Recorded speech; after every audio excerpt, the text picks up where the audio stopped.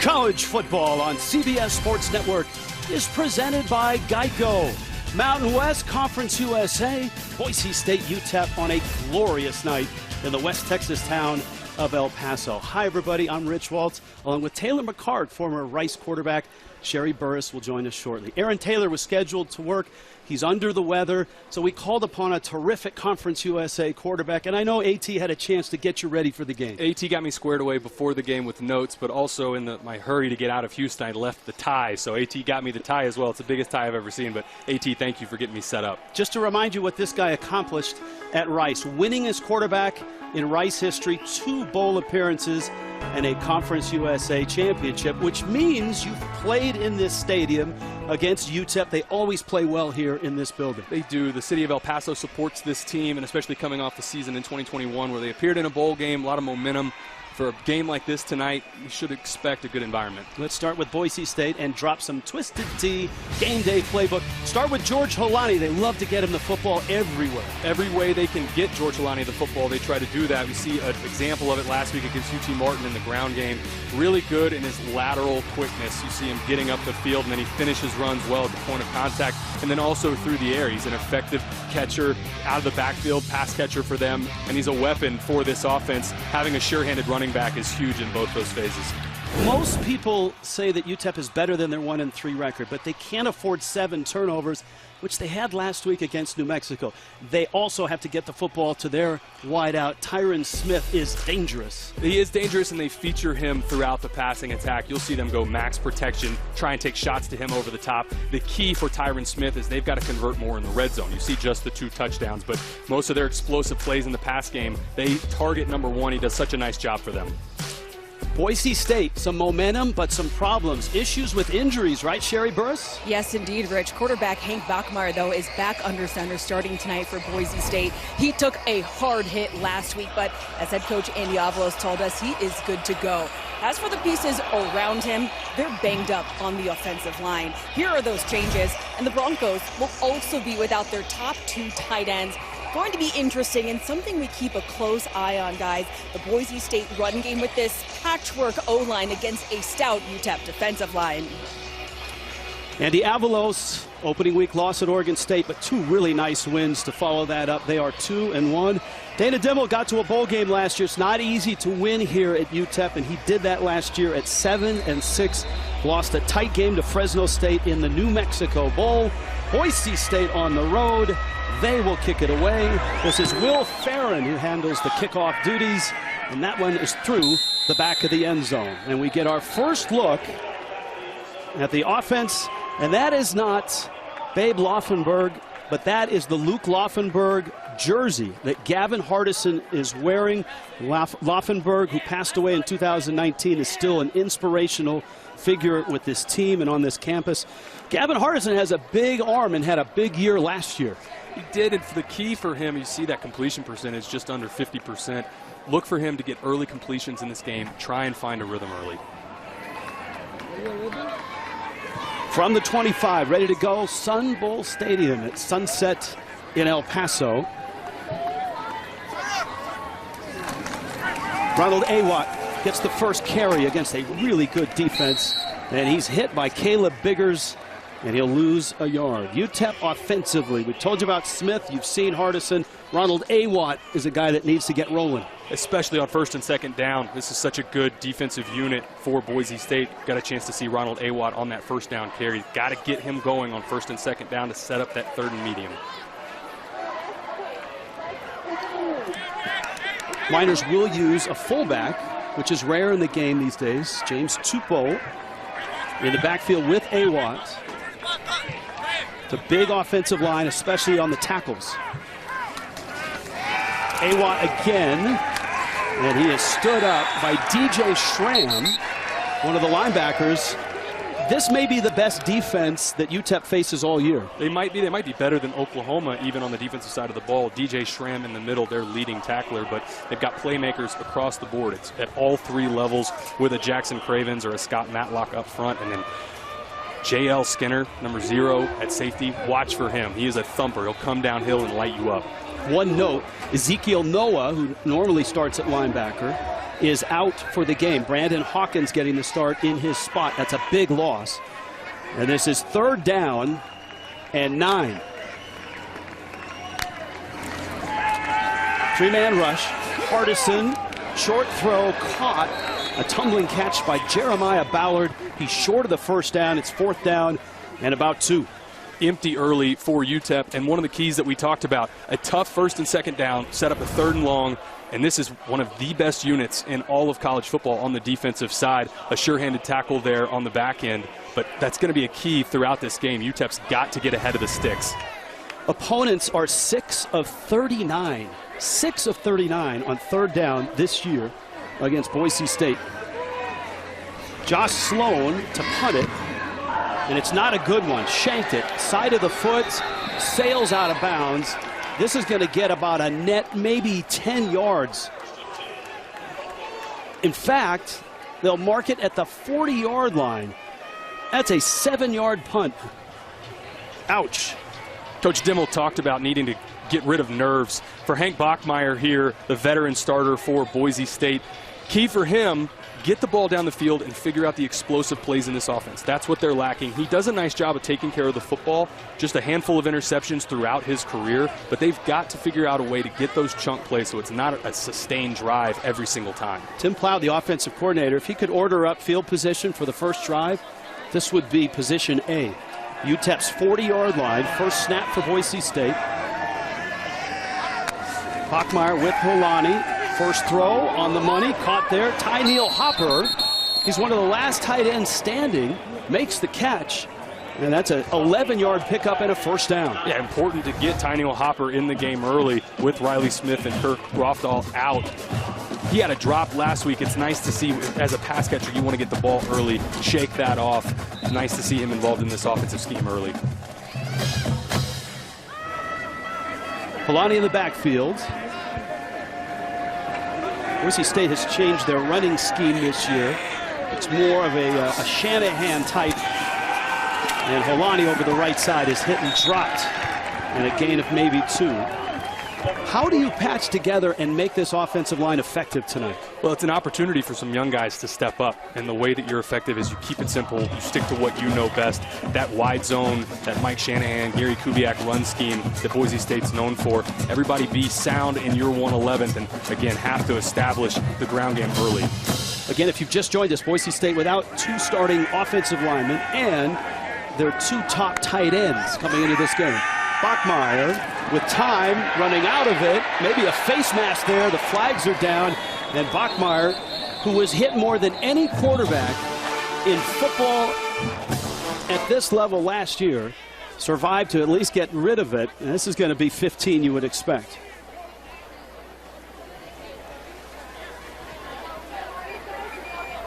Cal McNeil, our referee, head of the group tonight. Praise Amehule, the junior defensive end, was the one that had his hands up around Bachmeier's face mask. Now they're going to pick it up.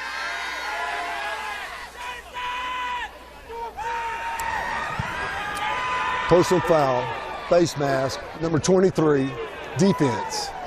Intentional grounding, number 19, offense. Those penalties offset, replay 2nd down. Well, that's, I mean, look, as I'm talking to a quarterback here, can you really control where you're throwing it if a guy's yanking the face mask? I'm surprised this got called on the field. A lot of times this will get looked past if you see the quarterback's head get spun halfway around. It was intentional grounding. It's still within the pocket and the ball doesn't pass the line of scrimmage, but I am surprised that that was called. And how big is that those penalties offset for Boise State? They would have had phenomenal field position. Tough to see out of your ear hole at that point in time. So we do it again. 2nd and 9. Ball sits just inside the 30-yard line of UTEP. And Holani, you know, UTEP's defense is better than their stats. They've been on the field an awful lot. They've got some playmakers out there, especially their linebackers. I think it starts in the middle with number 10, Tyrese Knight and then Cal Wallerstedt as well. Tyrese Knight, that's a bully in the box. He'll come downhill, set the line of scrimmage as well, and it does start in the middle with them. They're their two leaders on this Miners defense. They're down 7. First drive for Boise State.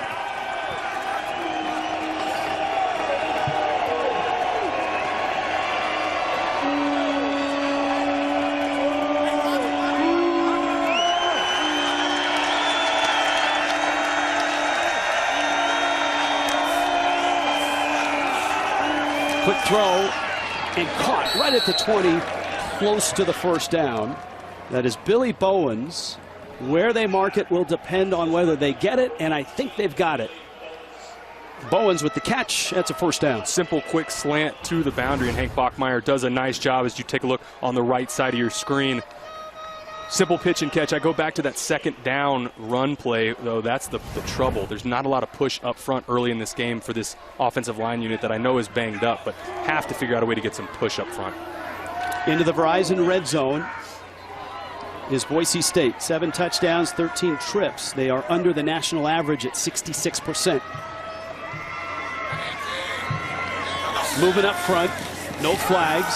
Polani cuts back, slides through, and is inside the 15 and down to the 13-yard line. First quarter, slow starts, the slowest of which was at Oregon State, where they buried themselves with turnovers and mistakes. It just looked like nerves in the opener against Oregon State, but that's been a theme.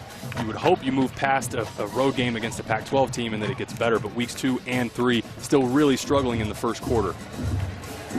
Second down 5. It's been all Holani on this drive. They have a terrific backup tailback, Ashton Genty. You'll see him as well. And this is Holani. And this young and patchwork offensive line starting to open a few holes. Well, go back a play. I thought George Holani did a nice job as a patient run. Everything gets stalled out to the right side. He makes one cut and gets vertical. But as this game goes along, they're setting the line of scrimmage right now, trying to establish that run game. And what comes off of that? Play action. You're going to see a lot of bootlegs here soon with Hank Bachmeier getting on the edge. Third down 2.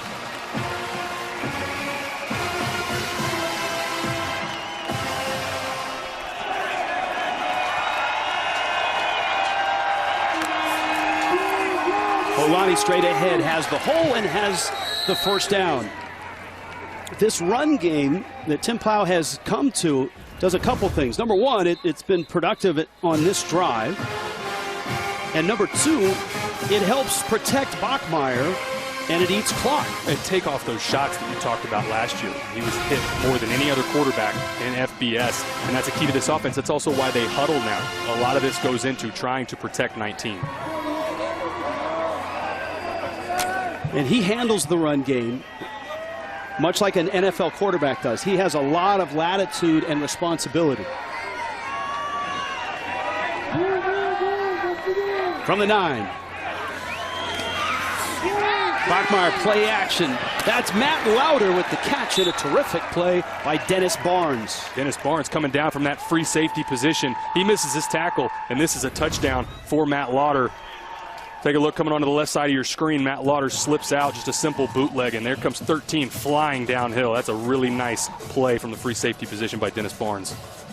And now you've got an interesting call from Tim Plough here inside the 10-yard line. To me, this is 4-down territory. You've established the line of scrimmage. You're running the ball well. If you pick up a decent chunk here, get to 3rd and short, wouldn't be surprised if they go for it on 4th. 2nd and goal.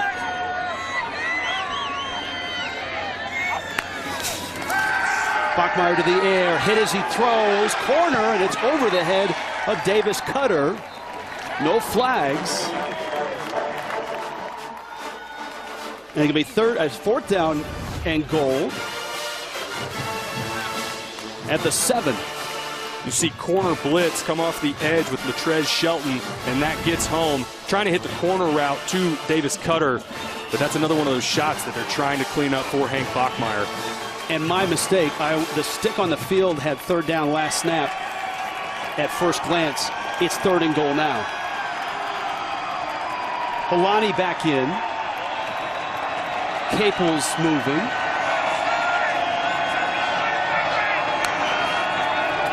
Blitz comes.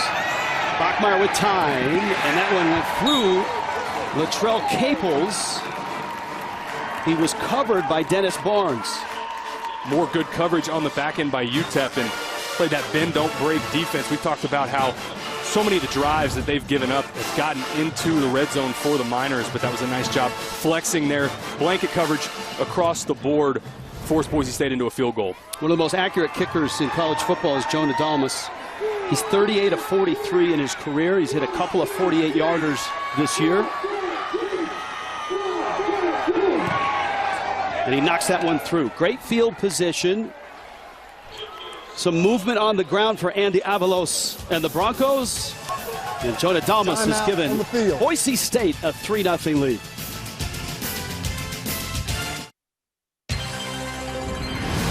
College football on CBS Sports Network is sponsored by Geico. Save even more when you bundle home and car insurance. By Verizon, the network America relies on. And by Old Trapper Beef Jerky. What's your beef? Night falling on El Paso. And the hometown Miners are down 3-0. Boise State brought a lot of fans here to Texas. They have a lot of family in Texas. The Broncos always have a good representation of Texas players on their roster. Rich Walt, Taylor McCart sitting in for Aaron Taylor, and Sherry Burris here in El Paso. Second time Will Farron has kicked off.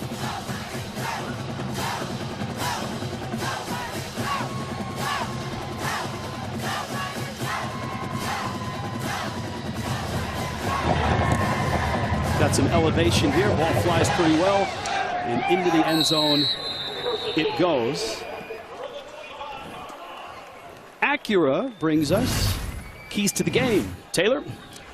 Protect the ball on the offensive side for Boise State.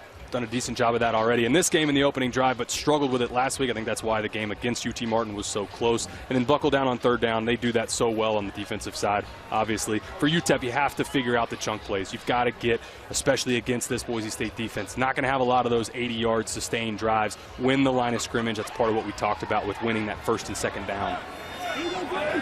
Act 2 now for the Miners offense.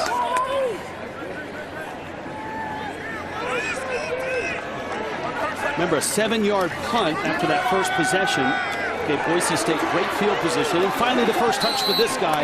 And, man, when he gets it, he goes. Tyron Smith, one of the top wide receivers right now in the country. You'll see some of the shot plays with him where they take it over the top, but manufacturing a way to get him the ball early. I love that play call. See him come from the left side of your screen, motion across, get the linebackers flowing the wrong direction, and then just spill it out to one in open space.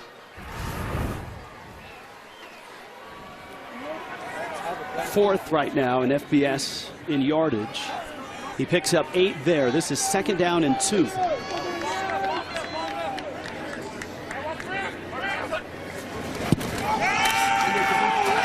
And Boise State's defense, they are tackle for loss monsters. And Dimitri Washington busted in there. With also Brandon Hawkins, these two both setting the edge on the outside. If you're the running back here, you've got to turn this back inside for Ronald Awatt. Can't try and run the hump there. Not going to get to the outside and pick up the first down. Try and get what you can get instead of taking a loss. Third down defense. 2 total conversions last 2 games. Opponent 6 of 39 now on third down this year against the Broncos. And so Hardison rolling. Throwing into traffic, and it's caught. Jeremiah Ballard with the catch, and that's a first down. That's a big-time throw here from Gavin Hardison. Rolling to his right, but he doesn't get his shoulder pads turned downhill. Put some hot sauce on this to deliver it on time, pick up the first down. Nice completion there to Jeremiah Ballard. One thing that Dave Warner, the offensive coordinator, told us in the meetings yesterday is they need to be a little more judicious or selective in their deep shots, because they felt that they maybe took too many deep shots too often in the loss at New Mexico. Awatt bounces outside, out to the 39. He's going to gain 2 2nd down and 8. Good tackle in the open field by J.L. Skinner with those shot plays that you're talking about. That's why Gavin Hardison's completion percentage is so low. 48% tells me you're in those 3rd and longs and you're taking shot plays, and those are low percentage throws for any quarterback. You have success when you get the shot plays when it's not passing downs.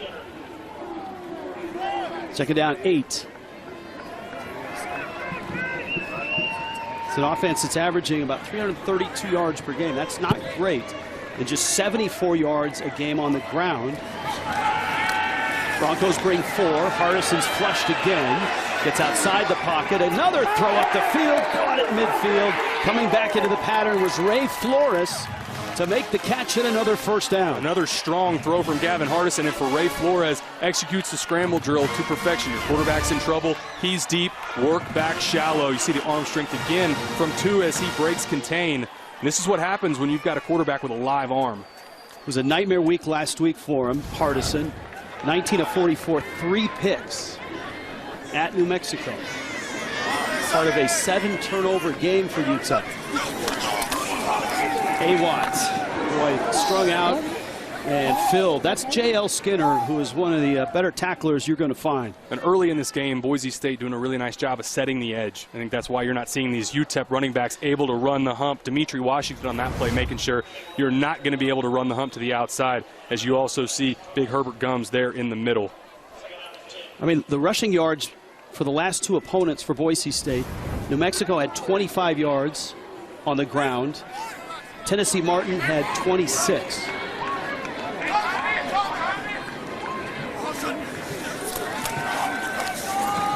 Well, that's a nice on-time, on-target throw to Ray Flores again.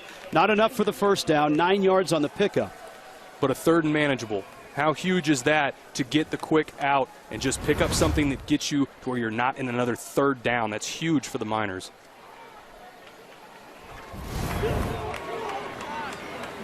So 3rd down and 4 here and into Boise State territory.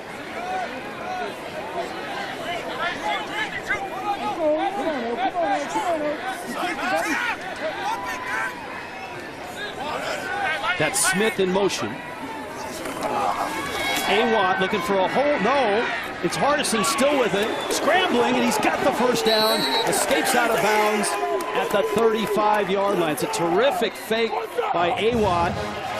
And Hardison carried it out for a 1st down. Got a lot going on this play, but watch the pump fake right at the last second.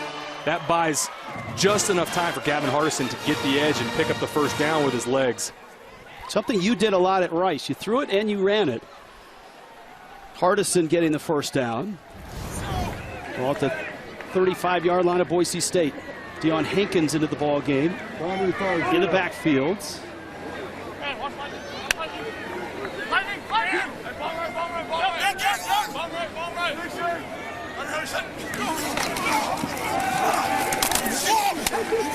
And that's Hankins' 1st carry.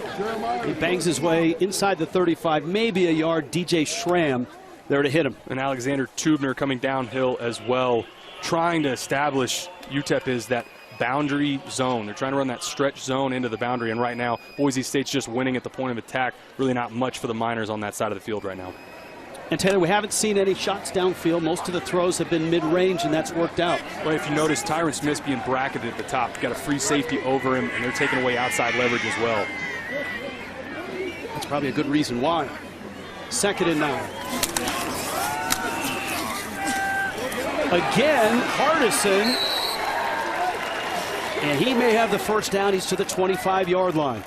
Interesting theme early in this game. Gavin Hardison picking up 1st downs with his legs. It's not something, he's mobile. Obviously you can see he's got athleticism, but it's not something they've featured to this point in the season. Usually it's a quarterback that plays out a play fake. It's his running back right now, Ronald A-Watt, that's done a nice job of that. A-Watt has put his head down, gone into the hole, and both have resulted in Hardison gains over the right side. Ball sits at the 25. Nice drive here by UTEP.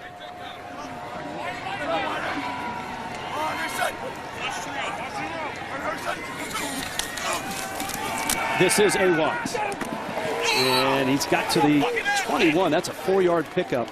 And a positive play. Tubner again with the hit. Tubner, the sophomore out of Seaside, Oregon. And this is a banged-up secondary as well. They lost Markel Reed, their best corner. That shuffled things out. Of course, Ezekiel Noah, starting linebacker, is out as well. Isaiah Banya, who sees a lot of time on the defensive line for Boise State, he's out tonight as well.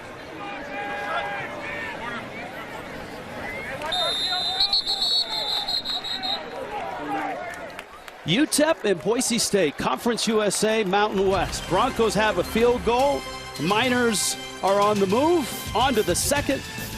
You're watching college football on CBS Sports Network, presented by Geico.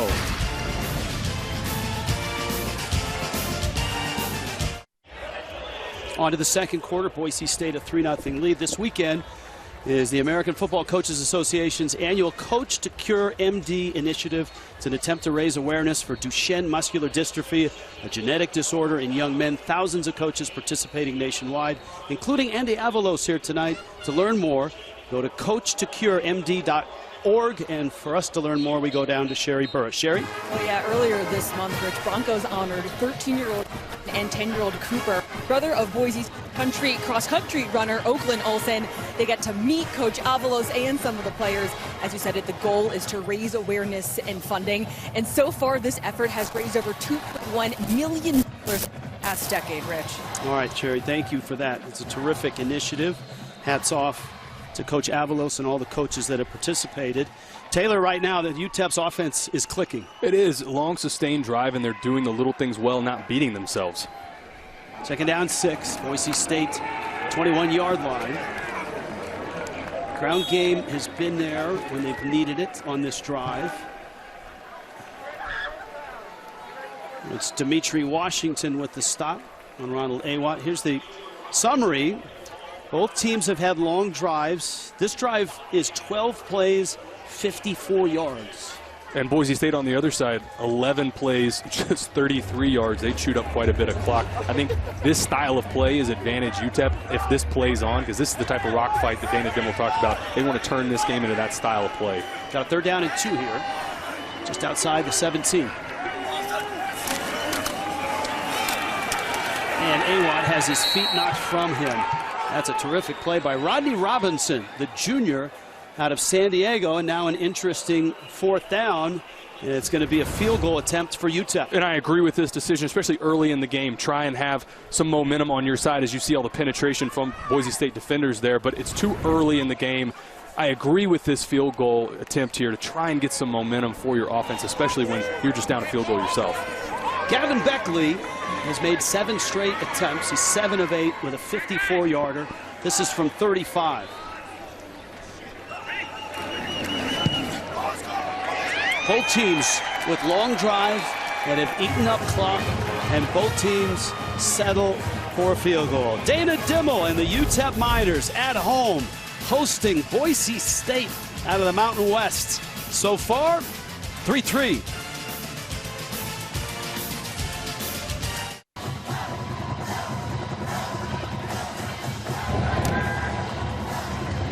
Another deep kick. Taylor McCargus sitting in for Aaron Taylor. We wish Aaron well. However, we went back into our archives. This is you against UTEP back in the day. Yeah, sorry to the Miners fans. We dug up some tape from 2013. Look, we caught the Miners when they were having a down year. They were in the middle of a rebuilding program, and it was our 2013 year, and we won conference that year, but it was a big win for us. And so you return, not necessarily a conquering hero here, but incognito you slipped in, and none of the without anybody noticing. None of the UTEP fans noticed. That's right. But we're glad you're here, wearing Aaron Taylor's tie, by the way, for good luck, and out of necessity, I might add. Bachmeier has a long throw and broken up. Isaiah Johnson with a terrific play on the sideline. Isaiah Johnson's in perfect position the entire time. We watch him rally to the football late. I don't know if that would have been completed anyway. I thought that was just a slow developing route, but a really nice job by 32 closing there.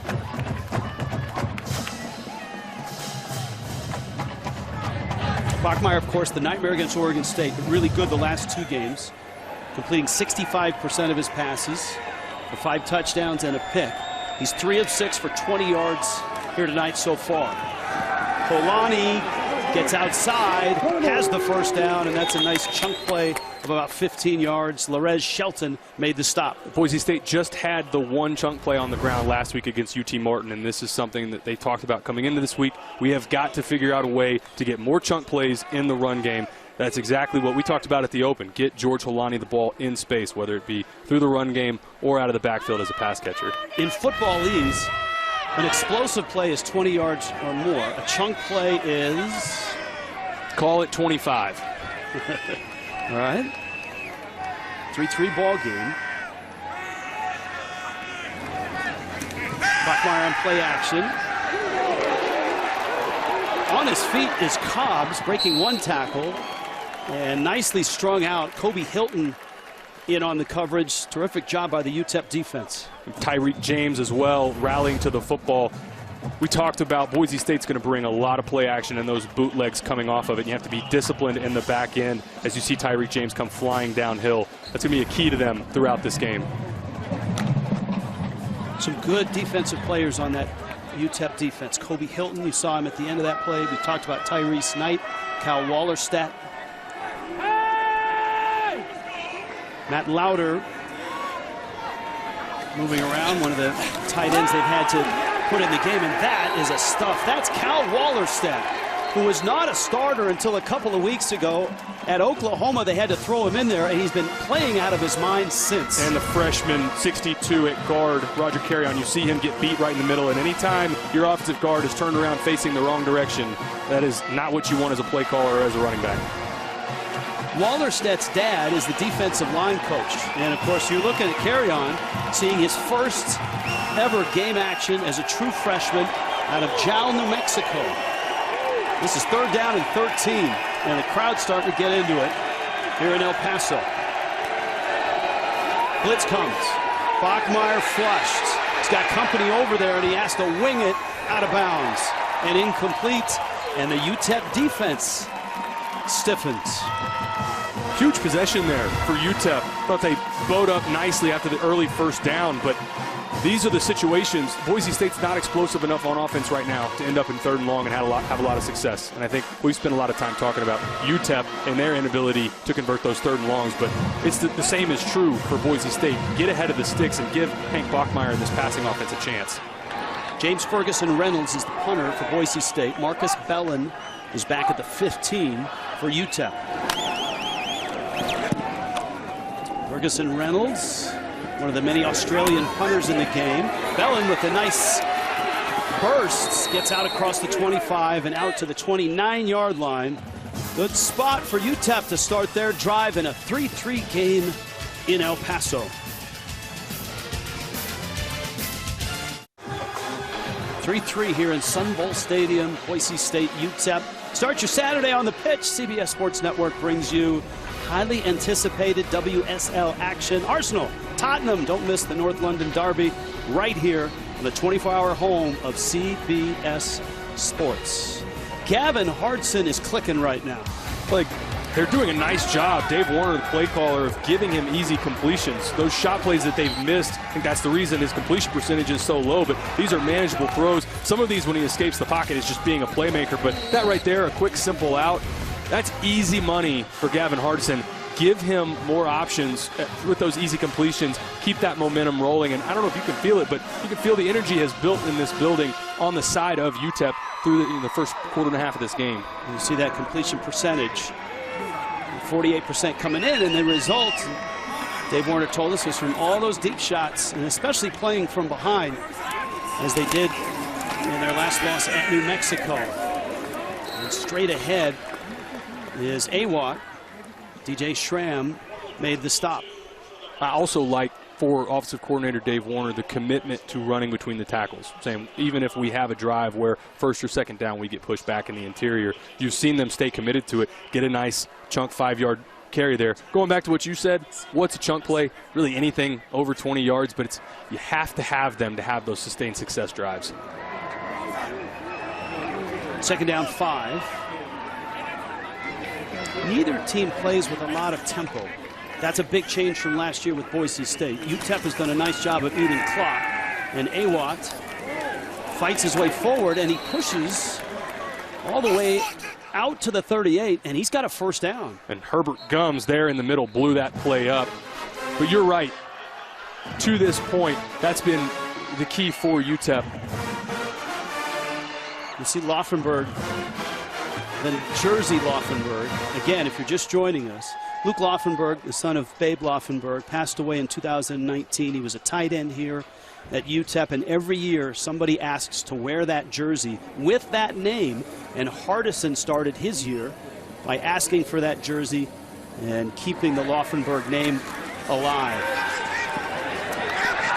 Can he escape? He does, and then dives ahead and gets back to the line of scrimmage, probably second down and 10. But it is such a big deal for whichever player has the honor of wearing the number 2 jersey. And Babe Laufenberg, the the analyst rather for Cowboys Radio, he came down, and there was a really nice video early this year of him at practice and what it means to him and for his late son. And it's such an honor for whichever player for the Miners gets to wear that jersey. And you know, you're a Texas quarterback, right? Born and bred and played at Rice. Along with that, when he made the choice, phone calls from Troy Aikman, from Roger Staubach, from Jason Garrett, all talking about the importance of leadership and congratulating him on making that choice. Deion Hankins on a play action. This is Hardison, who's got a man. Caught there. Flores is in. Touchdown, UTEP. They take their shot finally, and Hardison hits it. Stay patient on offense. Everything's underneath, and last second, take the shot play. You got a flag back here late. Oh, flag at the 45-yard line. I think we may get linemen downfield here, because I thought UTEP did a nice job of selling this. 61 yards on the completion and score. Ineligible downfield, number 66. 5-yard penalty, replay, second down. And I think Dana Dimmel, if you can read lips, has expressed his displeasure. Well, that play took a long time, and anytime you have a play action fake like that, to me, this is set up. I thought this was a quarterback keeper. It looked for the longest time like Evan Hartson was taking off, but you see linemen downfield, especially, gosh, you get 6-7 yards. You had really 2 there that you could have called it on. Wipes away an enormous play for the Miners. So from a 61-yard strike to a second down and 14, back at the 34-yard line.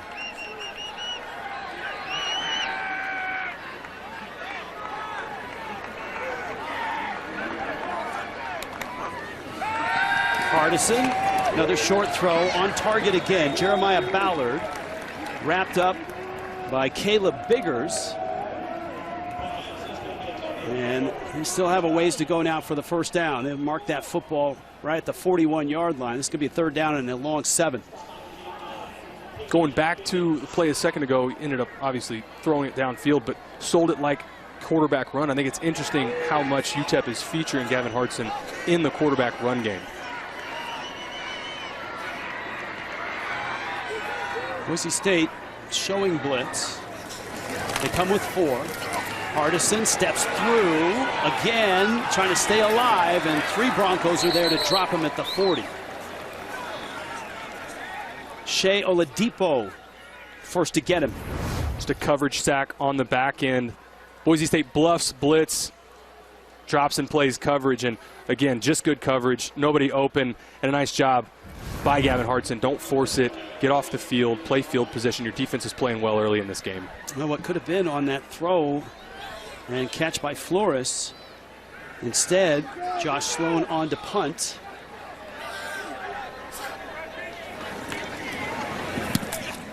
It's one of the better punters in Conference USA. Fair catch called for and made by Boise State.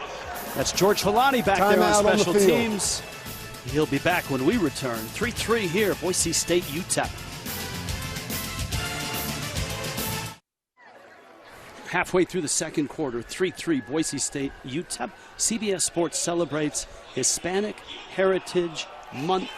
And with more on that, let's go down to Sherry Burris. Sherry? Well, Andy Avalos is one of 5 Latino head coaches in FBS, and he told us he feels so fortunate to be a Latino in college football, getting to play as a student athlete, but now as a head coach. He said he's learned so much from the game. It taught him in life and allowed him, guys, to go to different places he otherwise wouldn't have gone. He said he is so proud to be a Latino and show us what he has done and be also involved in the community. Yeah, Sherry, it's a great story. I mean, he came to Boise State, was a 2-time first-team all-conference linebacker playing for Dirk Koetter and Dan Hawkins, and of course, defensive coordinator for Hawkins, Chris Peterson, and Brian Harsin, now the head coach. And this is Holani, who bounces again for a gain of 13. Boise State, when they are running right, not just this year, but through their history, they've got a running back that's getting them 130, 140 a game.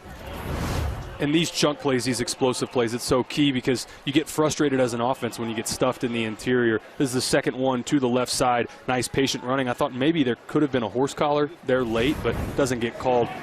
The momentum here for George Holani is nice for this Boise State offense.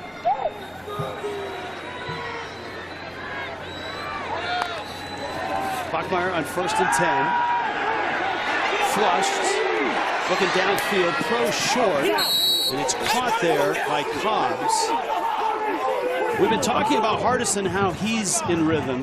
How do the Broncos get this guy going? Coverage downfield for UTEP is strong. I think we need to give credit to the Miners defense. That right there was a pro-style play action. There's a 2-man route concept. They're running a post over top and a deep dig, and neither are open. And Hank Bachmeier is going through his progression 1 to 2, and then he's trying to scramble out of it. But right now, there just aren't Broncos receivers open. You can see from those numbers, been a good night for the defense. There have been some drives, but right now just 2 field goals in this football game.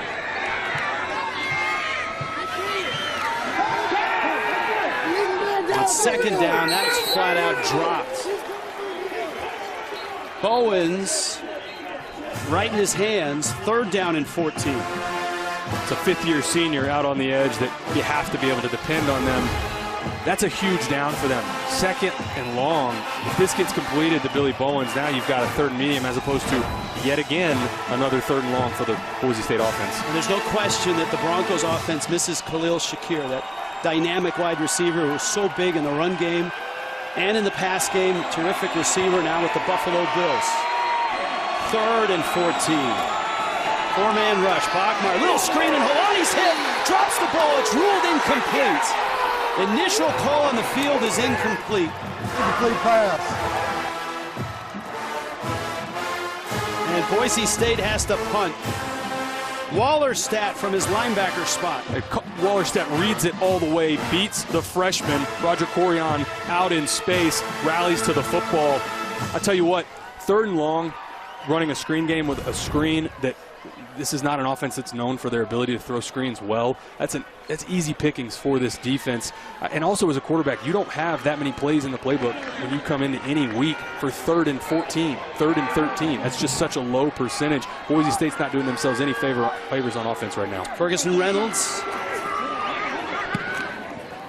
to punt it away. Bellin had a nice return his first time. Fair catch called for and made. UTEP at the 28-yard line with the football when we return 3-3 here.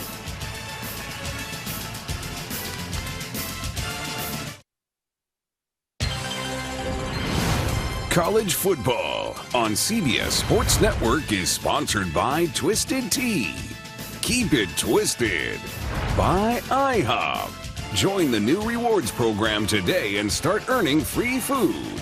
And by Geico. Save even more when you bundle home and car insurance. Hall of Fame career for Tim Hardaway started right here in El Paso, playing for the legendary coach Don Haskins.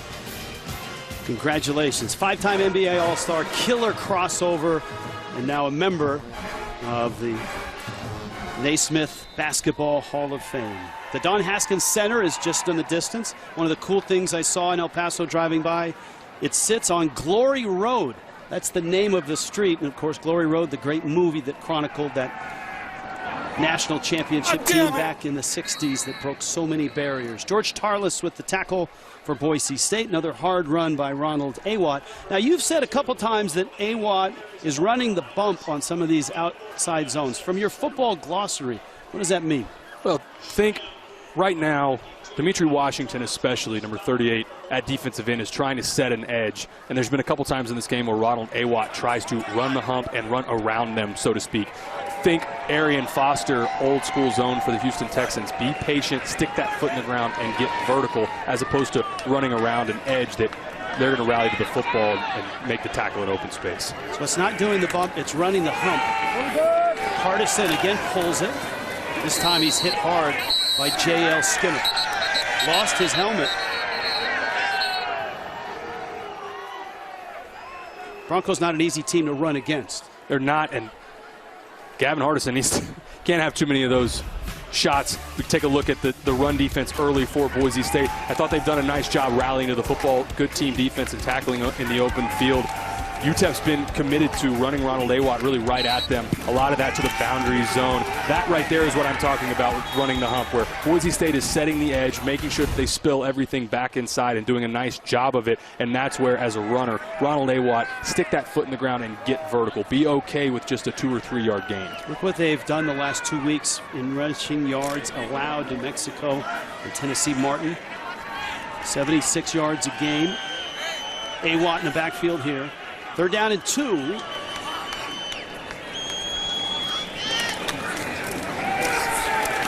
Initial hit, and he slides through it. DJ Schramm had the hit.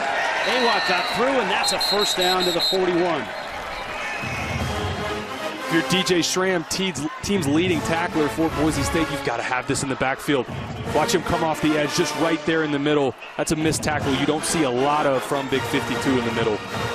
And remember, we talked about Boise State's defense on 3rd down. UTEP now on 3rd down is 3 of 6. Deion Hankins into the ball game in the backfield for the Miners. Awatt now a lot of carries, 25 yards.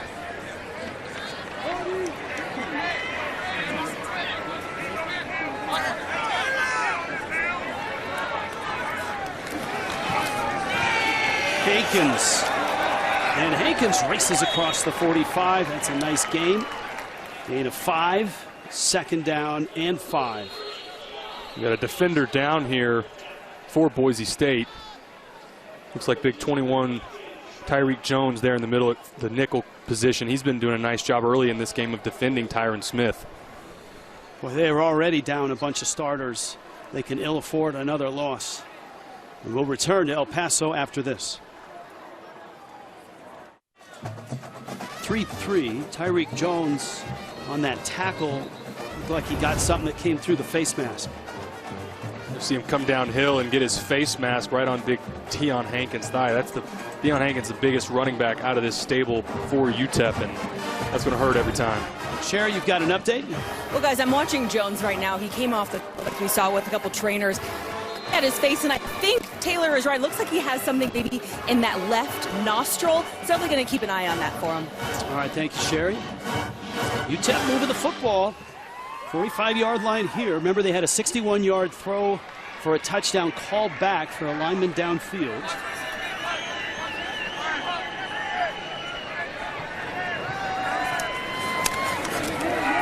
It's kind of an old-fashioned fullback leads through that right side, and this guy just won't go down. Deion Hankins, pile continues close to the 1st down. It's going to be 3rd down and less than a yard. The effort from that offensive line group. You can see how much this game means to this team.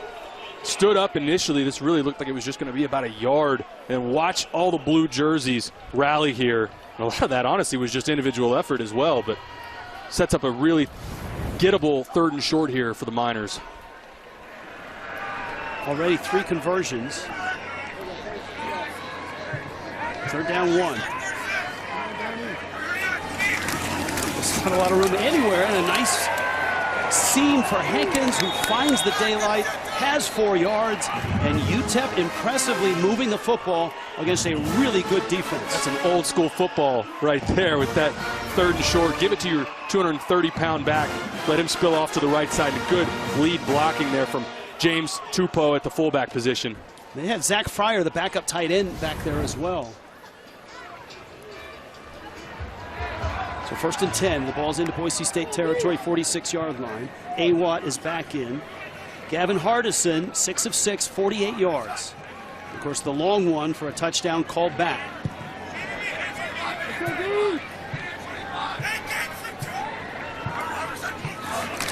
Tyreek Jones is back into the ball game.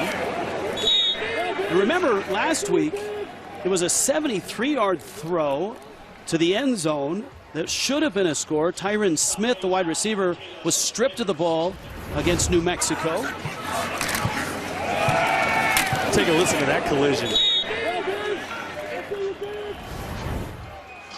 So they've had a couple big plays in the last 2 weeks that they've hit, but haven't any points to show for it.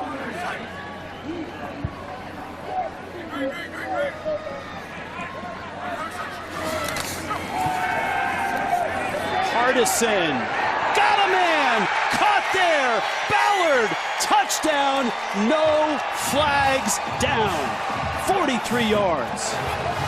Get a receiver on a linebacker, and it's a mismatch for Boise State on the defensive side. Great throw here from Gavin Hardison.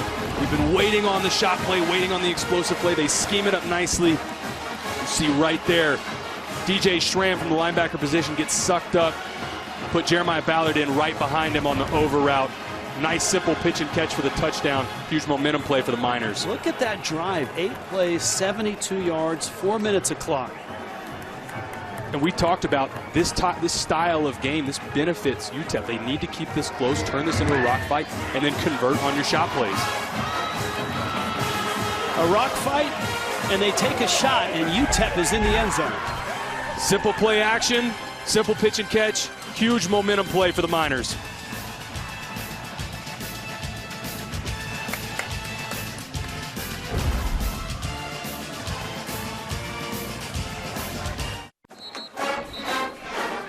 An astonished look there. 10-3, UTEP on top.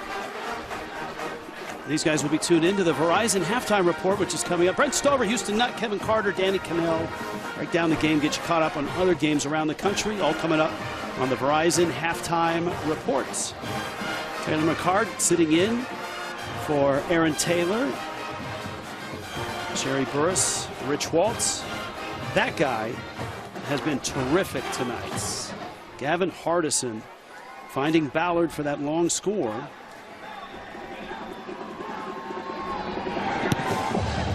And UTEP, heavy underdogs in this ball game. On top right now, 10-3.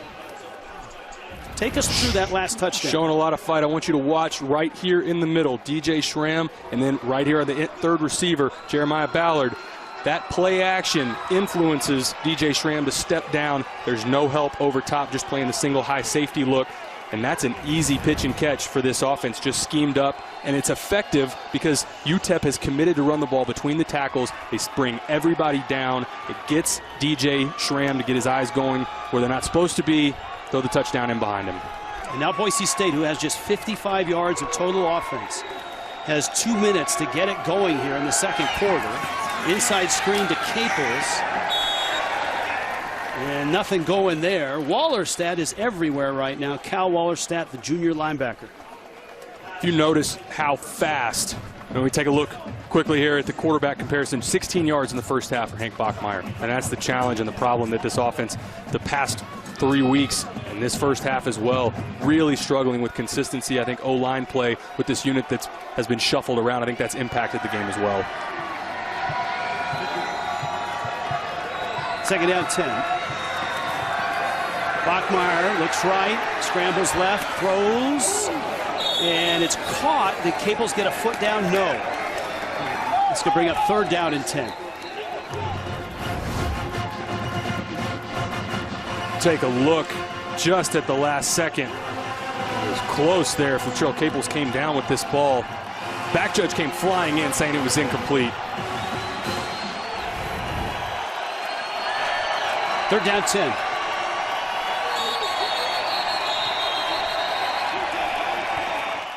The previous play is under further review. So they are going to look at it, and you can Start the replay review here. First toe out. It'll be a quick review there. That left foot clearly down out of bounds. Started to say a second ago, if you notice how aggressive this UTEP defense is right now, they've got the momentum on their side. After further review, the ruling on the field is confirmed of incomplete pass. Third down. It's nice when they make the reviews quick like that and they don't drag it out. That's but right. I would like to see something from Boise State. It's hard to do it now on third down, but some sort of misdirection. Use this aggressiveness by UTEP against them. Get them flowing in one direction, some sort of either reverse or slip screen out the opposite side. Get their eyes going one way and have a play run the opposite direction, because right now you're playing into their hand with these simple screen games that they rally to the football and it ends up being another 3rd and long. And that used to be, historically, the strength of Boise State's offense. 3rd down 10. That's Cobbs in motion. Bachmeier has not had a clean pocket most of the night. Has time here and incomplete. He was looking for Koetter over the middle. Dennis Barnes here almost had himself what was probably going to be a pick 6. This throw is late over the middle. And 13, Dennis Barnes is coming to squat over the hitch route right in the middle of the field. You see him coming. We'll see if we take another look at it. But Dennis Barnes almost had an interception there for a touchdown. Hank Bachmeier lucky that wasn't intercepted. There's still time for UTEP, and they've got 3 timeouts left. Bellin is deep. Ferguson Reynolds. Short kick.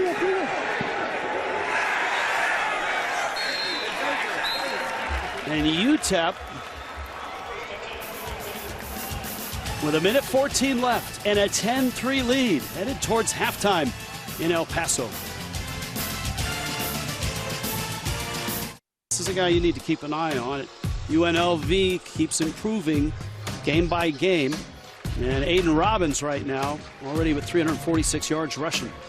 That's probably a bowl team if things continue the way they look early in this season. I thought they looked phenomenal last week against North Texas. All right, here's UTEP with a 7-point lead. All their timeouts and 1:14 left, and they're close to midfield. Hardison's short game has been on. He hasn't missed a throw yet. And a catch there. And that's a gain of 7. Just about everything went right for UTEP on the last drive. Had the big 3rd down conversion completed at the very end with the shot play touchdown to Jeremiah Ballard. 2nd down and 1.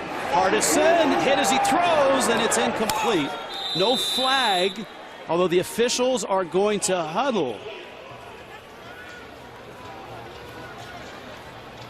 And they're going to confer. They're talking grounding here. And I don't think this ball from Gavin Hardison got back to the line of scrimmage. He escapes the pocket, but this looked like it came a yard or 2 short from getting back to the line of scrimmage. So again, to review the rule, if you're outside the tackle box, you've at least got to get it past the line of scrimmage.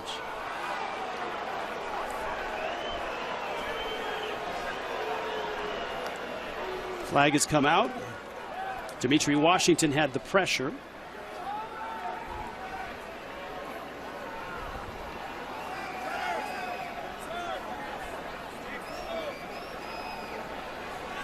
We await the call. Officials right now are trying to explain this to Dana Dimmel. That's the delay here. Intentional grounding, number 2, offense. But quarterback was in the pocket. Ball did not get beyond the line of scrimmage. No receiver in the area. It's a loss of down, 3rd down.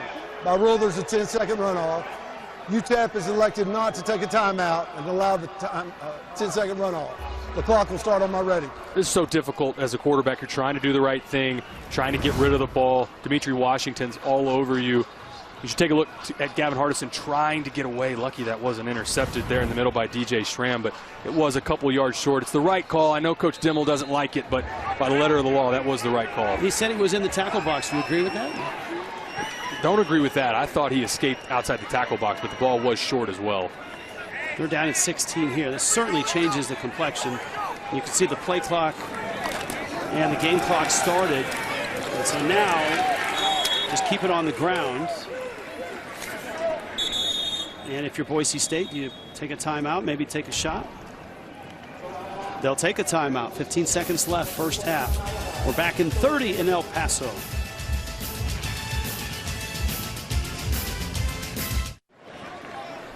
It's a 7-point lead for UTEP and a timeout by Boise State with 15 seconds left. We had the shank earlier in the game out of this punting unit. I think that's why Boise State used the timeout. Make UTEP go through this punt procedure and come after it. Oof. And they almost got it. And so with 8 seconds left, this is all the way back to the 19. Remember, Boise State has blocked a punt and recovered one for a touchdown this year. Huge momentum play on that side of the ball. Come after it right here and almost get home. If you're Joshua Sloan, the punter, all you care about in that instance, just get the ball off. I think that's exactly why Boise State used that timeout to come after the punt. 8 seconds left. You haven't moved the ball for the entire first half. I think you just sit on it here and take it into half. And, of course, the Broncos get the football to start the second half.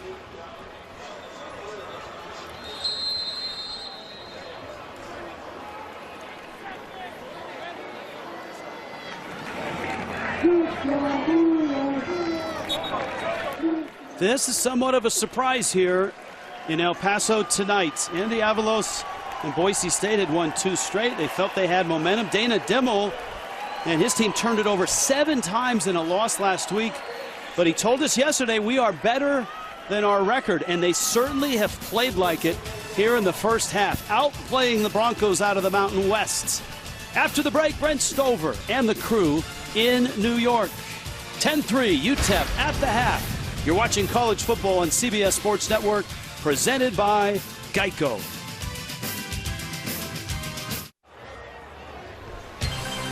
Back in El Paso, Ryan, first half stats. Look at this with UTEP, outgaining Boise State 148-53. Fewest first half yards for Boise State since 2015.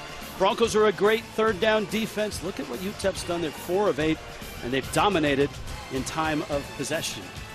Taylor McCarg to my left, sitting in for Aaron Taylor. Rich Waltz with you. Sherry Burris will join us shortly. UTEP told us yesterday in the meetings we're better than 1-3, and they're playing like it. They are, in that first half for Dana Dimmel and this UTEP team, I don't think it could have gone better. And dominating on the defensive side, picking up those key third downs on the offensive side.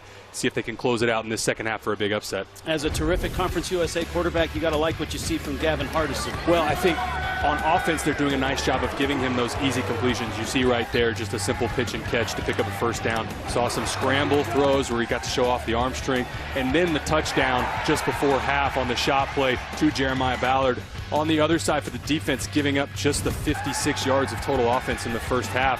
A lot of it's been UTEP just doing the fundamentals well, being in the right spot. You see linebackers rallying to the football there. Really good team defense and team offense. Just a perfect first half really for Dana Dimmel and this team.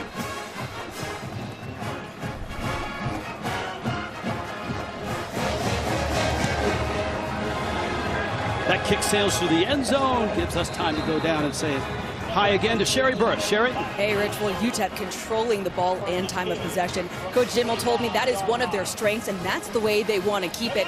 As for Coach Andy Avalos, he said, yeah, we're not doing so well on third downs, leading to them not having the ball as much as UTEP. In order to get Hank going and this offense, looking to do better on first downs. And I asked him, is there a chance we'll see Taylon Green? He said there might be some opportunities for him to come in here in the second half. Something to watch for, guys. All right, thank you. And if you didn't follow that Oregon State game, Bachmeier was removed and Green played after the slow start in the season opening loss in Corvallis. Bachmeier, he has had a lot of people open, and Bachmeier himself is going to back into the 28-yard line with a nice pickup of 8 yards. Could go to the backup quarterback, but I think there hasn't been anybody open in that first half for Hank Bachmeier. You see the field goal on that first possession, but 3 straight punts, and they take it into half, just the 5 possessions total for the whole first half, and dominated in time of possession by UTEP. And Keenan Stewart, the vocal leader of that defensive line, slowly coming off the field. If you're just happening by this football game, Boise State comes in at 2-1. They've won 2 straight, but they're without a lot of key players. Their top 2 tight ends, 2 of their starting offensive linemen, their best corner in Markel Reed, and their best linebacker right now in Ezekiel Noah. All are out. They still have George Filani, though. Kalani was 39 yards on 8 carries in that first half.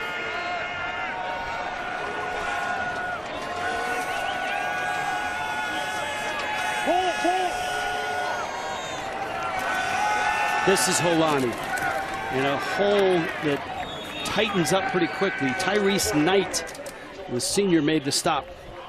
Kobe Hilton in there as well. Good to see Boise State get George Holani back in a rhythm and back on the ball a little faster. You see tempo here. Remember, they've stopped playing a lot of tempo. That ball's deflected and almost picked on the deflection. Blake Thompson got his hands on it.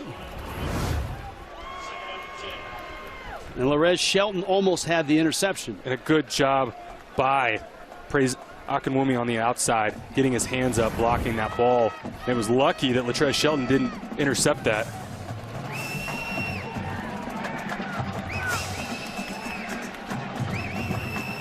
Second down 10.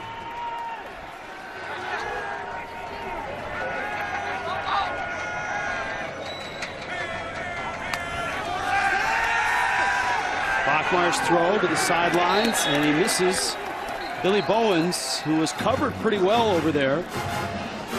Elijah Johnson again on that coverage. This is very similar to that out route to the field we saw in the first half, and Elijah Johnson in good position. Even if that ball is on target, I don't think it gets completed. Tim Plough, second year's offensive coordinator. A little more tempo here on 3rd and 10. Bachmeier over the middle, got his man. Caples the catch. And Boise State has their biggest play offensively of the night. And there's somebody stepping up out of this wide receiver room. Latrell Caples just running the seam route, finding a soft spot in the zone coverage. We get more tempo here from the Broncos. And maybe that shakes this offense loose. Holani inside the 25.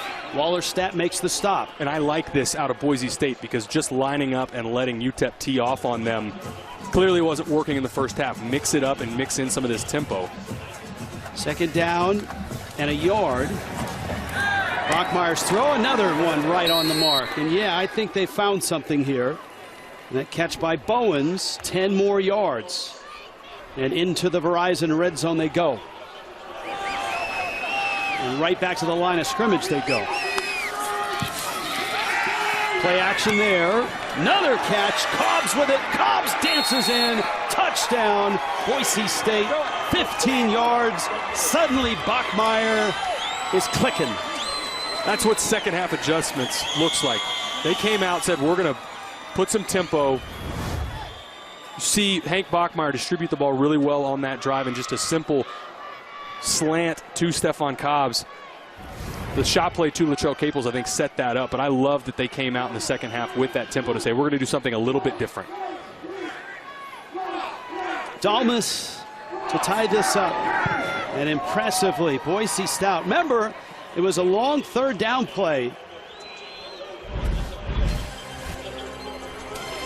They turned up the tempo, and suddenly they rolled down the field. Stephon, and you like tempo, didn't you? You like that from Boise State. Well, it got UTEP on their heels defensively. There were 2 plays where UTEP tried to transition 3 or 4 guys off in substitutions, and it got them back on their heels. It was something different for this Boise State offense. We showed you the drive chart from the first half. And that last one, and of course the throw Bachmeier to Caples on third down was the big play, and that just seemed to burst everything wide open. Well, they just needed a little shot in the arm. I mean, it's a capable offense when they get going downhill, but they needed some momentum. Really, momentum has been on UTEP's sideline this entire game up to that drive. Look at Harson's numbers tonight, 8 of 8, and of course, under 50% coming into this game. I don't think you're going to see any tempo out of UTEP.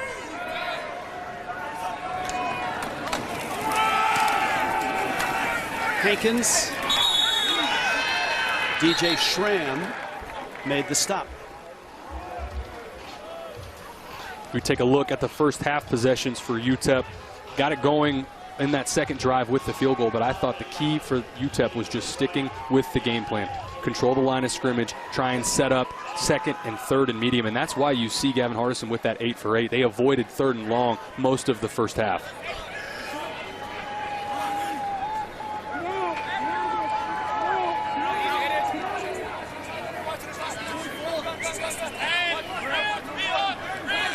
bit of confusion in the backfield right now. Blitz comes. A little, almost a late handoff. Hankins straight ahead. And he's going to get maybe 2 yards. It's going to be a long third down. Now, UTEP was 4 of 8 on third down in the first half. George Tarlas and Boise State, one of the best third down defenses early in this season, coming in. And watch for Boise State to bracket again Tyron Smith, which they did such a nice job of limiting him in the first half. That opened up the Jeremiah Ballard touchdown, but imagine they will key him again, as it looks like they're setting up to bracket him on the outside towards the field. Yeah, he's on the top slot, and you see the bracket, the 2 defenders. Hardison fires short. He had a man open there. That was Ray Flores. And a nice job by George Tarlas getting in there, disrupting Gavin Hardison, because this would have been a first down. He doesn't get hit on the elbow. This ball gets completed, and UTEP picks up the first down. Take a look on the left side of your screen. 44 bending the edge. You see he interrupts just a little bit, influences that throw for Gavin Hardison, gets his unit off the field. So Boise State not only puts together a touchdown drive, but a 3 and out for UTEP. Polani collects it, gets hit, and down he goes. That's an enormous punt from Josh Sloan. 10 apiece early on, second half.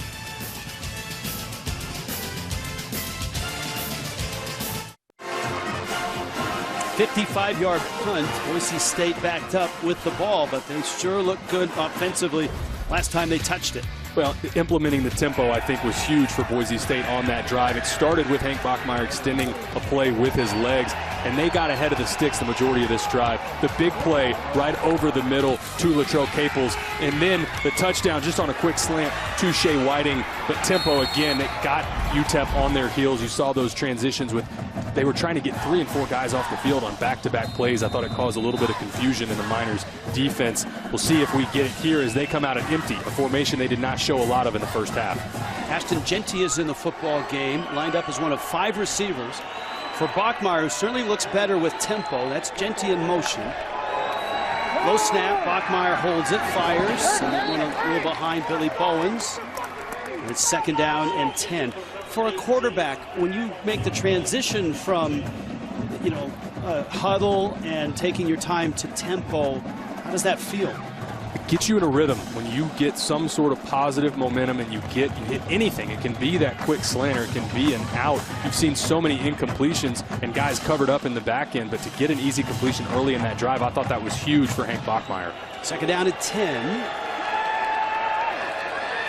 Bachmeier over center, Genty left side. And he's captured immediately by Kelton Moss. It'll be a long third down here. The thing, however, on the previous play on first down that's frustrating, Hank Bachmeier misses an open receiver, Billy Bowens, on that slant route. And now set up the inside zone. It gets stuffed. Another third and long here. 3rd and 7. Bachmeier, plenty of time here. Over the middle again, and that's over the head of Stephon Cobbs. Keenan Stewart didn't get home for the sack, but he influenced this play enough to force the high throw. That was a big-time play by the defensive lineman, number 54 for UTEP. Take a look right in the middle of the screen. Love the effort from the big guy fighting back through. And look, just over the hand of Stephon Cobbs, who just came off that touchdown on the slant a minute ago. That was a really important play for this Miners defense by Keenan Stewart. Remember, Boise State and Andy Avalos are missing 2 starters in that offensive line. They're starting center, they're starting right guard. And on 4th down, Ferguson Reynolds. Marcus Bellin watches that one roll up the sideline. Good roll for Boise State inside the 30, all the way down around the 27-yard line of the UTEP Miners, who came in at 1-3. Their one win was over New Mexico State last week. They turned it over 7 times and lost 27-10 at New Mexico. It's really hard to watch that game tape and figure out how good UTEP is when they turn it over 7 times. UTEP had 16 possessions in that game. 10 of them were either turnovers or turnovers on down. It doesn't matter who you're playing. You got no shot in a game like that.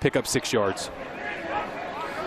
Ray Flores, who is also a running back as well as a wide receiver, is in the backfield on 2nd and 4.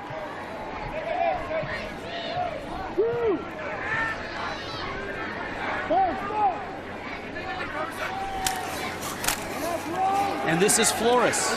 And Flores has got some speed and a nice gain inside the 30. DJ Schramm pulls him down from behind. Now they're in field goal range. And a 1st and 10. I'm telling you right now, this unit up front for the Miners is winning at the point of attack. They've got their backup center in the game. They're down their star at running back, and Ronald Awatt still moving the ball at a decent clip, 8, 9, 10 yards most of the time on the edge. And Flores is a local kid out of El Paso, 6 foot, 205 pounds.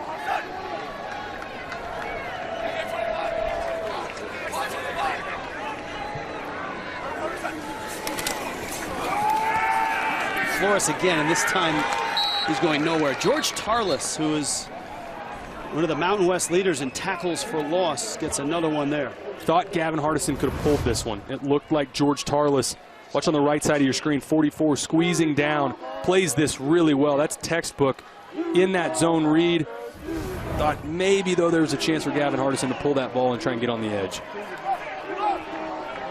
Hankins is back in the ball game, 2nd and 10. At the Bronco 28. This offense has been very deliberate.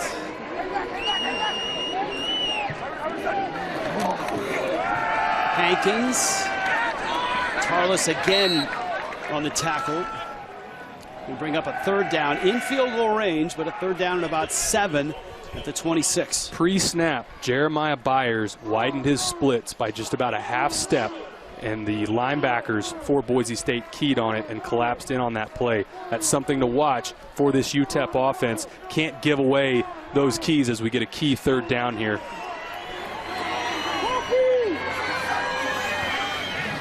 Hardison has not found his favorite target much at all. Tyron Smith has just 1 catch for 9 yards.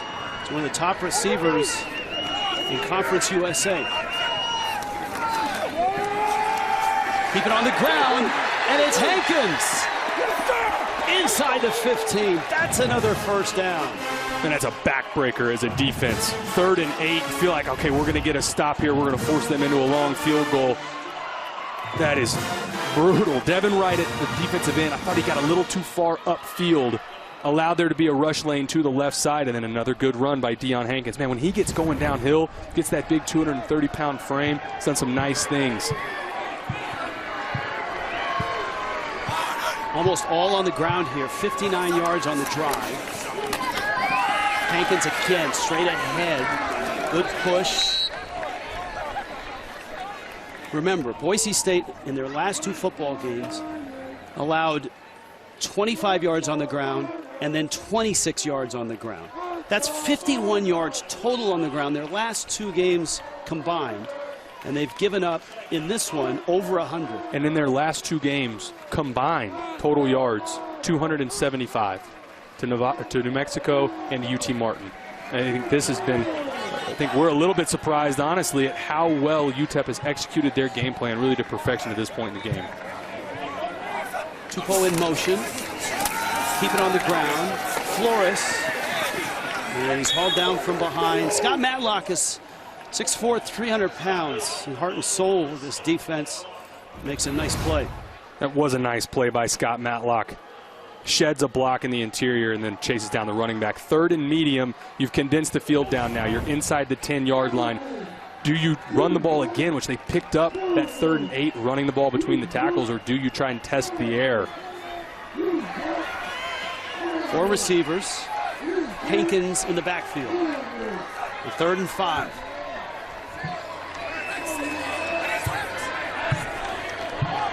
Hardison is 9 of 10.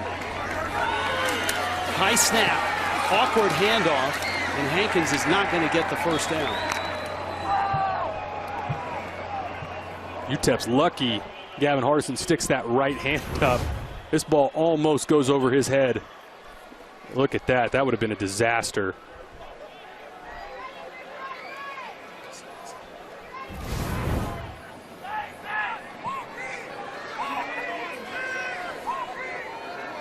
All right, here's Beckley. He's hit from 35. He's made 8 straight field goals this year after missing his first. This from 25. And he knocks it straight through. Long drive. They settle for 3, and UTEP is back on top. 3 minutes left, third quarter in El Paso. The Miners by 3.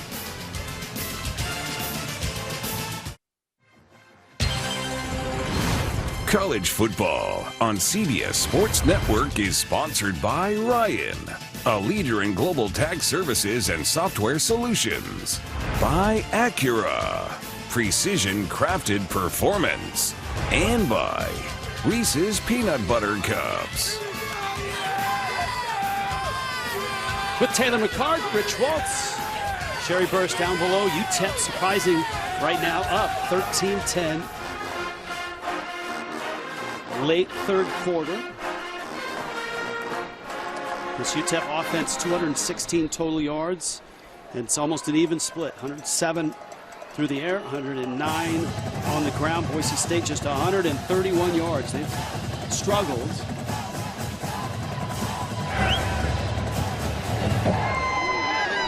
Beckley's kick. This is Cole Wright bouncing outside, and he's caught and dropped at the 25. IHOP brings you the game summary. Taylor, what do you see? Well, the second half opened up nicely for Boise State. Again, I thought the tempo, the drive that they came out with, getting down the field for the touchdown was huge for them. But the key in this game right now to me is UTEP's ability to run the football. If you're a Boise State fan waiting on UTEP to give this game away, if they continue to run the ball at that level, I don't think it's going to happen. Block in the back, number 58, receiving team. Half the distance from the spot of the foul, first down. And that's a backbreaker. I mean, there's been several drives where Boise State's been backed up, and then you finally have a return that gets you out to pretty decent field position. Dumb penalty to push you back as we get another look at it. Right there in the middle, and that's clear and obvious. And those are the ones you spend all your time in special teams meetings. You preach that, you harp it. Those are the simple, those are easy mistakes to not make. And now you've backed your offense up again, now inside the 10-yard line to start this drive. That's Ty Tanner with the block in the back on the special teams. Boise State looked much better their first possession of the second half when they went tempo and not as deliberate with the huddle and all of that. And they do a little bit of this now. Latrell Caples trying to get loose, and the defense had it sniffed out. Kobe Hilton there and Tyrese Knight. And Tyneil Hopper, the tight end out on the edge, he gets beat. That's the key block on a jet sweep like that as we get more tempo from Boise State. Second down and 11. How much do they miss the 2 tight ends, their first 2? I think they've missed them tremendously, especially in their inability to run the ball tonight. A lot of 12 personnel from last week that they're missing tonight. Second 11 on the ground. Ashton Genty, flag down behind the play. Back at the 5-yard line. Genty's out of bounds right around the 13. This could be a hold.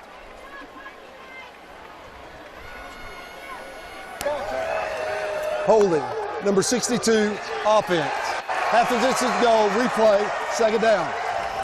First college game ever for Roger Carrion. Yeah, the freshman gets his hands, he gets beat, that's an easy call every time. You got to let go as soon as your hands aren't inside anymore. You start to see the jersey get pulled.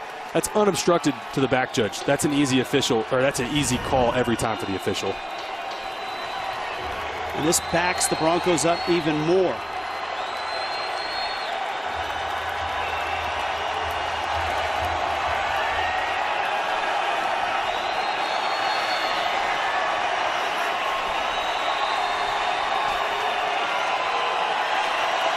Getting louder here. Hit Holani in the end zone, but I think he got out with some progress. Not a safety. Brighton Thompson, Cal Wallerstedt in there.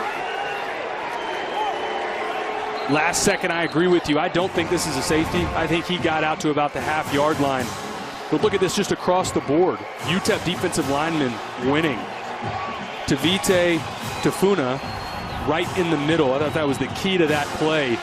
forcing another 3rd and forever for Boise. I think UTEP may have had too many men on the field. They call a quick timeout. Timeout. UTEP, their first timeout of the half. 32nd and late. Another look. Right there in the middle of the screen again. Tafuna does a nice job. And that's closer than I originally thought because his momentum, he's not getting pushed back. And it's right at about the goal line. It'll be interesting to see if there's a shot right down the goal line because, again, it was called at the 1-yard line on the field. So is there enough to overturn that? Oftentimes for a coach, when you are backed up to your goal line, you're just looking for some space. Here's the best look that we have at this. That, to me, right there, that's interesting because he takes that half step back on his own power. I don't know if it's enough to overturn this. And frankly, it doesn't even look like right now that they're looking at it, but that is extremely close. So, I mean, this is usually straight ahead, try to get a few yards, but it's 3rd down. It's 3rd down at 17. This is try and get out of your own end zone and give your punter a chance. I don't think you're going to see them go for it here. Try and give, the punter right now is going to have his heels on the end line.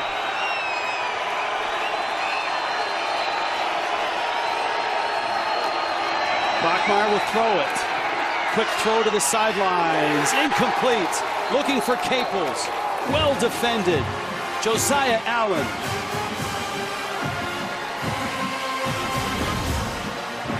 This is awesome coverage on the back end by Elijah Johnson, excuse me. Multiple times in this game, Elijah Johnson, we've had those over routes and those digs to the field. He's been in position all night, and he showed it again right there. And just like I said, your punter's got his heels on the end line. I would have liked to see something in the interior. You haven't thrown the ball well all night. Give your punter a chance. We'll see if UTEP comes after this, if they go punt safe for the return. James Ferguson Reynolds has some room. Low line drive. Bellin has the catch and a great opportunity to return it, and he does to the 30, to the 20. Bellin up the sideline. Bellin dives. He's in. Touchdown, UTEP. Flags are down, but I think it's for celebration.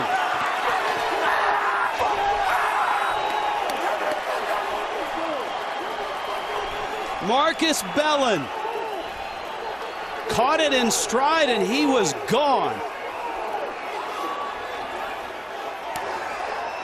After the play, unsportsmanlike, number 26 on the receiving team, coming off the bench without his helmet to celebrate. 15 yards was assessed on the kickoff. All right, so there's the penalty. Let's take a look to make sure he stayed in bounds. He got the pylon with the football. Let's watch the feet. We'll get a better look at it right here, right at about the 3 or 4 yard line, right? No, he's in. That's a clear touchdown. This is all set up by your punter having to get the ball off. Is on further review. They'll take another look at this. This should be a quick review. I think this is a clear and obvious touchdown, but that is all set up by your punter having to have his feet on the end line and get the ball off quick. Because if you notice, it was a one-step punt. The ball got 10 feet off the ground as a line drive, set up the easy return, and then obviously credit to UTEP setting up the fantastic return that gets capped off with the touchdown. But that all starts with that 3rd and long that Boise went for and didn't pick up. I don't think there's much question here. Feet are in. Further review, the ruling on the field is confirmed. Touchdown. The credit to this crew with Cal McNeil, both the reviews tonight. They've gotten in and out of them quickly. But what a momentum play. And we talked at the open about this environment. This is a tough place to play. And I know the 1-2 start was rocky for UTEP, but anytime they have a big game, especially in primetime, like we said at the beginning, look at that.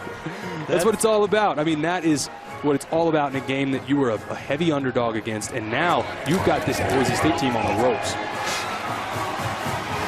Bellin is the conquering hero. The defense certainly set it up. And special teams has given UTEP their first punt return for a touchdown since they did it back in 2016. You were just out of pads at that time. But in a close game, your special teams can be what tips the game in your favor one way or another, whether it's a blocked punt that goes against you or you return the punt. But that 3rd and long, and we'll take another look at it, this ball gets caught on a line drive. They've got return middle set up. UTEP did not come after it. And you see a hat on a hat. Nobody even gets close to Bellin. And I think, again, I go back to it. I would have loved to see, if I'm Boise, run something between the tackles, try and get your punter a little bit of breathing room so you can play field position in a game that was just a one-score game at the time. There's a minute left in this third quarter. And again, if you're looking at Hardison there with the Laufenberg jersey, we remind you that it's Gavin Hardison. Luke Laufenberg, who passed away, still remembered here by that jersey and that name. And he'd be really pleased right now. 20-10, UTEP on top.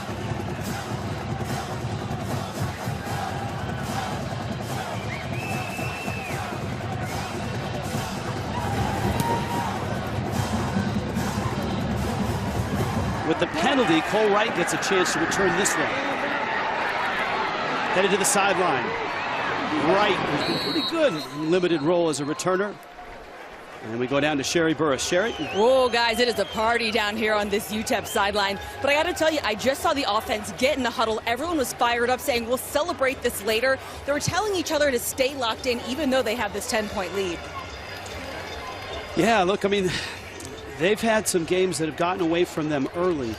But, you know, part of the game plan for Dana Dimmel, Taylor, was we want to stay in this game and maybe get the first blow out of the way just to set the tone and not fall behind like we did in the 3 losses. And they've done that. Now Holani. Not much on that left side. Praise Amehue makes the stop. We thought for UTEP that this would have to be sort of an ugly brand of football for them to have a chance to stay in this game, but it really hasn't been that. UTEP's just played up to their potential, run the ball well, taken care of the football, big special teams play, and they've also controlled the line of scrimmage on defense. Still going with tempo. They didn't do that in the first half. It seemed to spark the offense early in the second.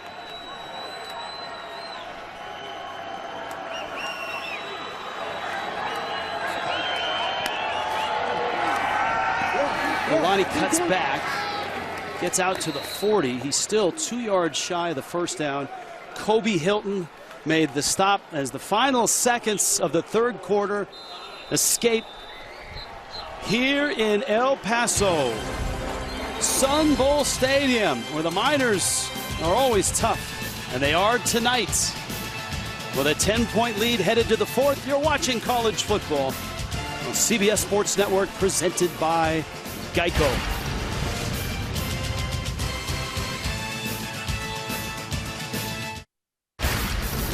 College football on CBS Sports Network, presented by Geico. And we slide right into our Geico difference makers. UTEP quarterback Gavin Hardison has been brilliant. 9 of 10, run the offense, scrambled a bit. Jeremiah Ballard's been his favorite target. 4 catches, 64 yards, including a touchdown of 42 yards. Well, we knew this Boise State defense was going to try and take away Tyron Smith, which they've done, and that meant it was going to open up opportunities for somebody else. Tonight, that's been Jeremiah Ballard, and he's answered the bell. The big touchdown, obviously, capping off most of his performance, but he stepped up nicely for the Miners tonight. Now Boise State. They showed signs of life to start the second half, but since then, Tyreek James and the rest of the Miner defense have been tough. They have been on both sides, offense and defensive line. I thought they've played phenomenal all night. More tempo here from Boise. And they got that first down in the short carry. Bachmeier on play action. Sets, fires, deep, sideline. It is broken up. Cobb's the intended receiver. Johnson in coverage. A flag is down at the 35. Officials conferring.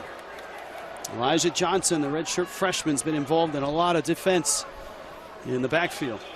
We get a double move here on the outside, out and up. Yeah, he grabs right there. That's a hold. Good call on the back end. Honestly, as a corner, though, you're taught if you feel like you're about to get beat deep, maybe it's okay to grab a little jersey. Holding. Number 32, defense. 10-yard penalty, automatic, first down. I know the fans don't like it, but it was a hold. But Elijah Johnson, we've called his name a lot for doing a lot of nice things. The third down a minute ago that set up the punt deep in Boise territory, that was on him. A couple nice passes defended on the outside. He's had a nice performance tonight.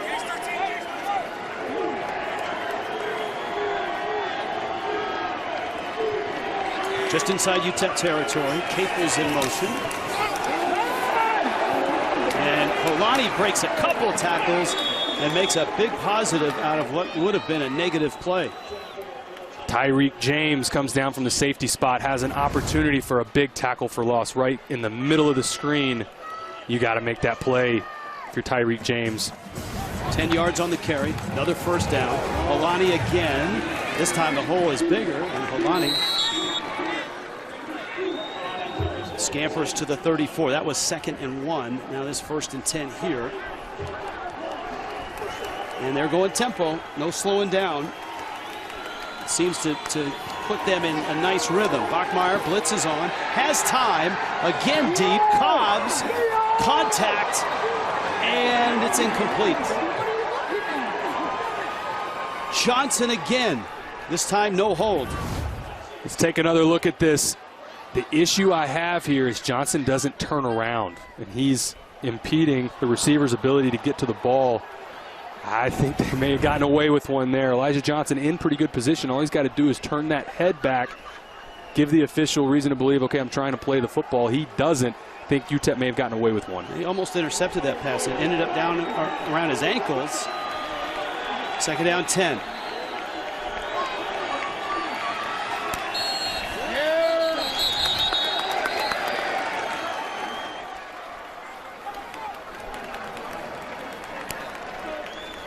Prior to the snap, false start, number 62, offense. 5-yard penalty, 2nd down. That's Carrion again. Just a flinch. Freshman's had a rough game. This will be a learning point for him, though. I mean, true freshman in a big spot. He'll get better, but a couple missed blocks, especially in the screen game, the false start there. One thing the Broncos haven't done tonight, they haven't thrown the ball to Holani, who is their leading receiver coming in.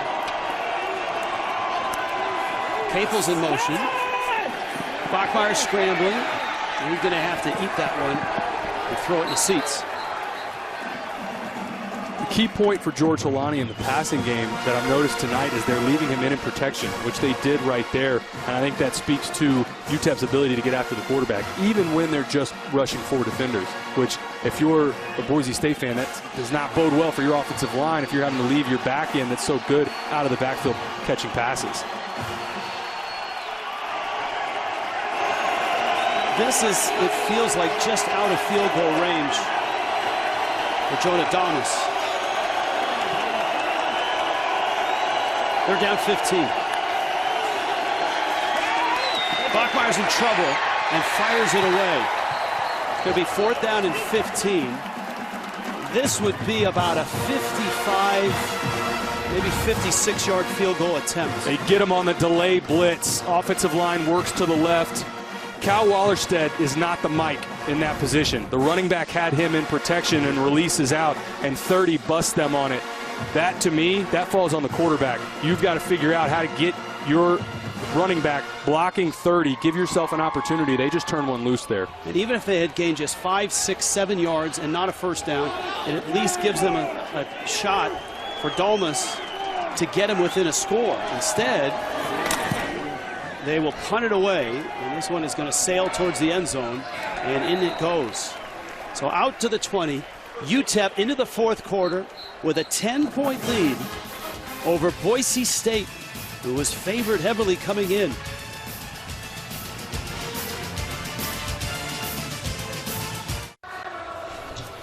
.5 left here in El Paso. UTEP a 10-point lead, and they've run well enough on the ground to help control the football. It's been between the tackles, and they've been consistent doing it.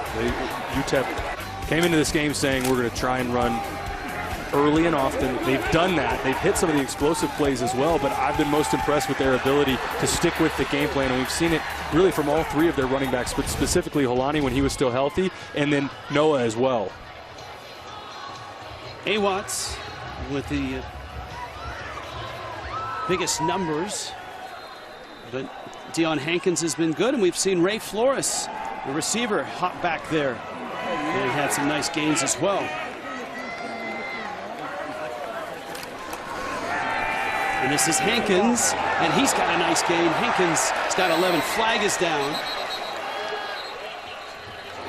And it's back in the backfield about the 17, 18-yard line. Holding, number 54, offense. 10-yard penalty. You play first down. Take a look, Steven Hubert up on the top left. Gets those hands on the outside, really turns into more of a tackle. Killer there. That's been one of the things that UTEP's done a nice job of, is avoiding penalties in this game. Now set yourself up 1st and 20.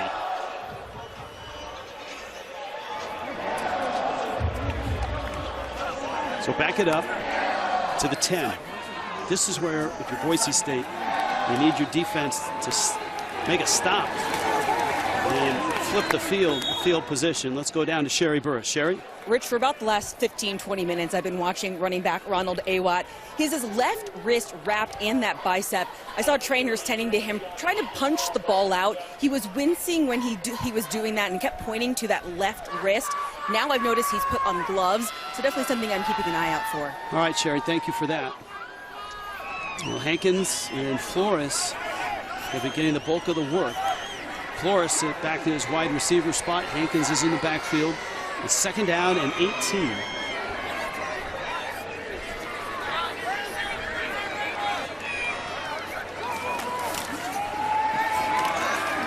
Hankins, a little bit of a burst there, but this will be a long 3rd down, 3rd down and 12, after he carries it to the 18-yard line. Sitting here thinking a second ago, maybe on a 2nd and long, we see something, maybe a double move on the outside, but UTEP in this second half, we've seen pick up a 3rd and 8 running the football. These 3rd and long and 2nd and long scenarios, they've still rattled off decent chunk plays and got a lot of that back. Now it's still a 3rd and long, but you ate up most of the penalty yardage. And by not getting 3 points on that last possession for Boise State, as Awatt is back in, you can see the time is melted under 12 minutes, and UTEP's done a really nice job of eating up clock.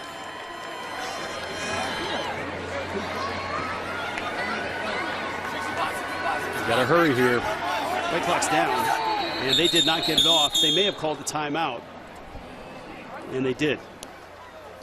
Timeout, UTEP. Their 2nd timeout of the half. 30-second timeout. You give Dana Dimmel credit here. It was such a messy loss last week at New Mexico. They had the 7 turnovers. Remember, they had that long pass play to Tyron Smith that should have been a 73-yard touchdown, but he was stripped of the ball from behind at the 1-yard line. They've really bounced back. And when he inherited this program, they were in dire straits, and it didn't go well. I mean, the first 2 years, they started the rebuild. COVID 2020 was a mulligan for everybody. But last year was a breakthrough. 7-6, bowl game. The 1-3 starts, they are disappointed by it. And the buy-in from the university, helping them out with the non-conference. I think last year that was so important to them, getting to that bowl game where they stopped playing the 3 and 4 games against Power 5 schools. Get yourself a more manageable out-of-conference. Let's see if this is a manageable 3rd and 12.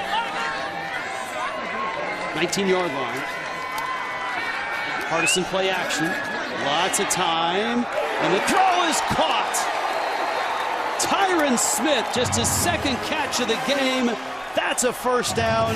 That is manageable. 17 yards. Boise's done everything they possibly can to take away Tyron Smith. And look at this throw. This has heat on it, high where only your receiver can get it, and you're trusting him to make that play, because if that gets tipped, that's how balls get intercepted behind him. Makes a big play in traffic, knows he's going to get hit. Man, what an impressive play by one. That essentially turns the clock over for at least another couple, 2.5 minutes. That's a backbreaker for Boise on defense. Hey, Watts, when you heard the report from Sherry about that left arm and left wrist, he was carrying the football in his right arm, and now he's limping. And so off he comes. Hankins back in. He's been a warrior tonight, trying to keep that ball in the right arm, keep it away from that left wrist that's hurting him. Looks like that ankle may just get rolled up on a little bit. He's banged up, but he's fought all night. It's a 6-yard gain. 2nd down 4.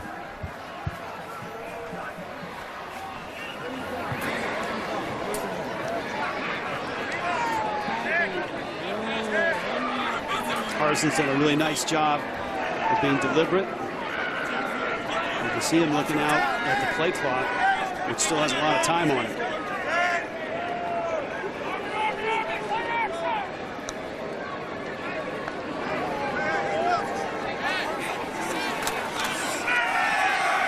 Hankins still on his feet into Boise territory to the 46-yard line. That's another first down. Boise State does not have an answer right now for big 33 Deion Hankins running between the tackles. Hat on a hat up front. You don't see any white shirts getting penetration into the backfield in the UTEP backfield.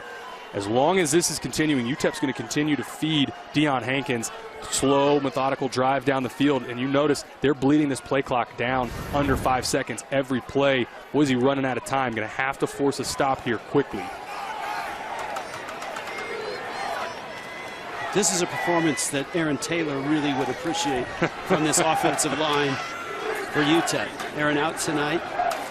His tie is here for both morale and because Taylor forgot his tie in Houston. So, and I told AT I'd mail it back to him, but now I think, AT, if you're listening to this, I may just keep this thing. You might wear it tomorrow. You got a game. That's right. You got a game tomorrow. I'm flying to Houston to do the Houston and Rice game, so maybe I will just wear this tie twice.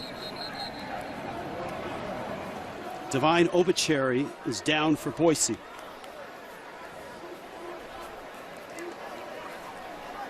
Again, you think back to that 3rd down and 15. Boise State was just outside of field goal range. They didn't get any yardage on it. They punted. Had they been able to get that field goal, it'd be down to 1 score. Right now, the clock is down to 9 minutes and 12 seconds. Obichari right now, looks like they're taping that right ankle. Here's the look. He is number 95. And he got rolled up under the pile. This offensive line, remember when Andrew Meyer went out with that leg injury? Robert Mervin came in and played really well. Meyer is back, and from tackle to tackle, Hubbard, Myers, Meyer, Klein, Byers, Mervin. The time of possession, the offensive line has been outstanding.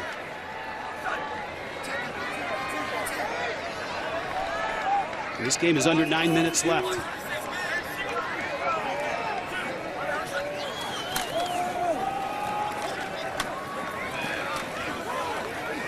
It's Ronaldo Flores with the carry. Dimitri Washington made the stop. And you showed the graphic a second ago on the time of possession. That's so demoralizing as a defensive unit for your defensive line when you're like, man, we just can't get off the field. And they're running right at you. UTEP is all game, right between the tackles. And then you give up a back-breaking 3rd and 12, and you've got them backed up. This entire drive has just been a test of Boise's will. Right now, UTEP's winning. Flores still in the backfield. Still down in 2. And again, Hardison milking that play clock. And bursting through is Flores. That's an enormous hole against a team that has been excellent against the run this year. I keep waiting on 3rd and short to say, well, if they get a yard here on 4th down, they might go for it. But every time, UTEP picks it up. And another gash on 3rd down, a chunk 6-7 yard gain right between the tackles. They've stuck with it all game. There's nothing complicated about it. It's, again, like you mentioned, UTEP's offensive line just winning.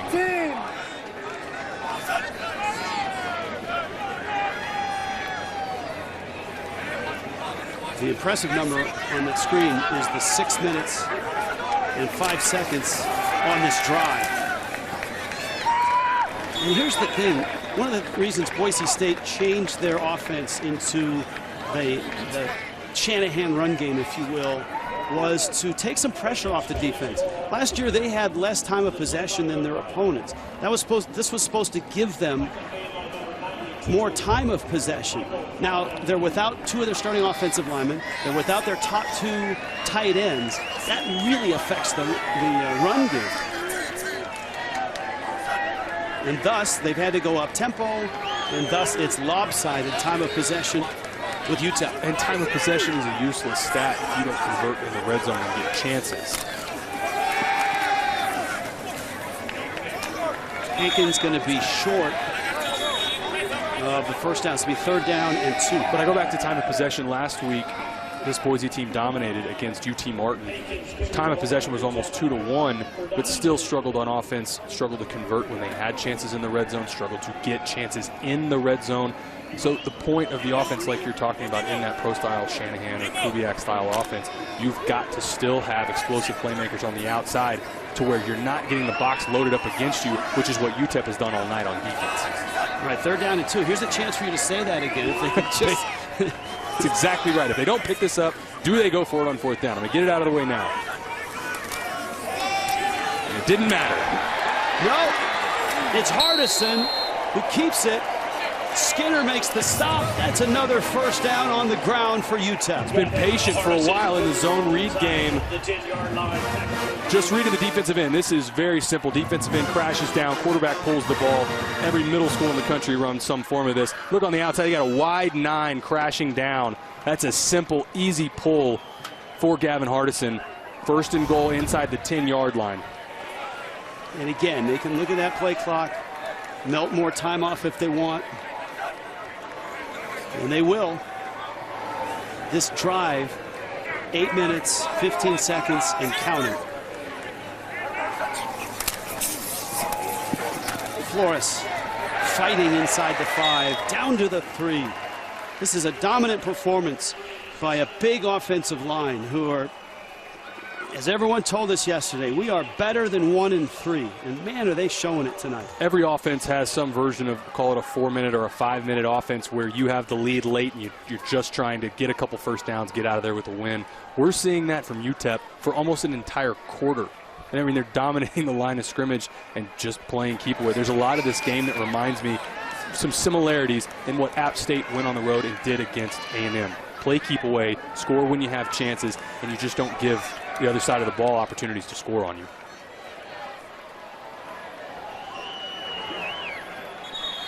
They're going to let the play clock melt down to 1, take a timeout, talk about a 2nd and goal from the 3. The last time out of the half. Taylor, earlier, your Acura keys to the game. We talked certainly about Dana Dimel wanting to establish the run game early. Did that. We talked about chunk yards. Let's check in on him again. Yeah, let's focus on the bottom there. Win the line of scrimmage. That has been the key on both sides of the ball. You can forget about everything else. I mean, there were some things that Boise State has done well in this game, but for the most part, it's been dominated by the guys in blue jerseys, winning at the point of attack, hat on a hat. And to me, honestly, towards the end of this game, I think we can say this, I think UTEP wanted this game more. Sometimes in a football game, it's an emotional game, and if there's one side that comes out flat, even if they're the better unit, you can get beat. And I think that's what we're seeing here tonight. 12th play of the drive, 9 minutes. 9 minutes they've chewed up here. 2nd and goal.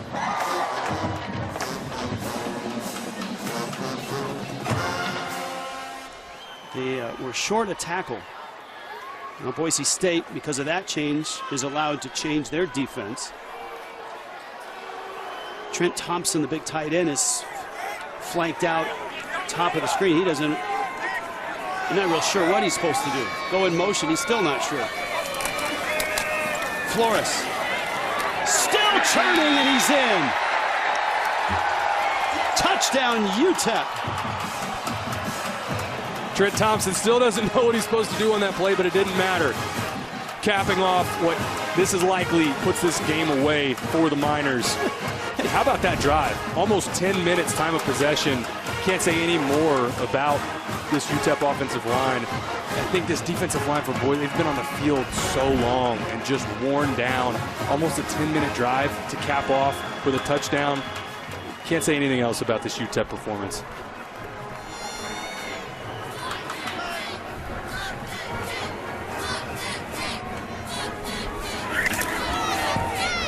How impressive was that from UTEP?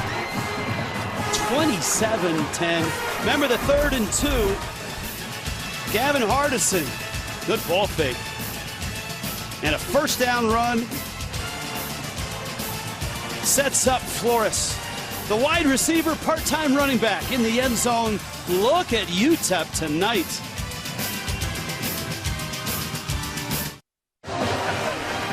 What a night for UTEP and Gavin Hardison, number 2. And our old trapper, beef jerky, player of the game. I think the completion percentage was unfair to Gavin Hardison for the longest time. He's done it with his legs, he's done it through the air, but UTEP made it easier on him tonight. They gave him some completions early in the game that got his confidence up. We saw the shot play early in the game to Ballard for the touchdown in the first half, but I thought the game plan coming out of the gate early for Dave Warner, they did some favors for Gavin Hardison, where up to this point, that low completion percentage was a lot of third down shot plays, low percentage. That gets you under 50%. And I thought a lot of that, it wasn't fair to Gavin Hardison coming into this game.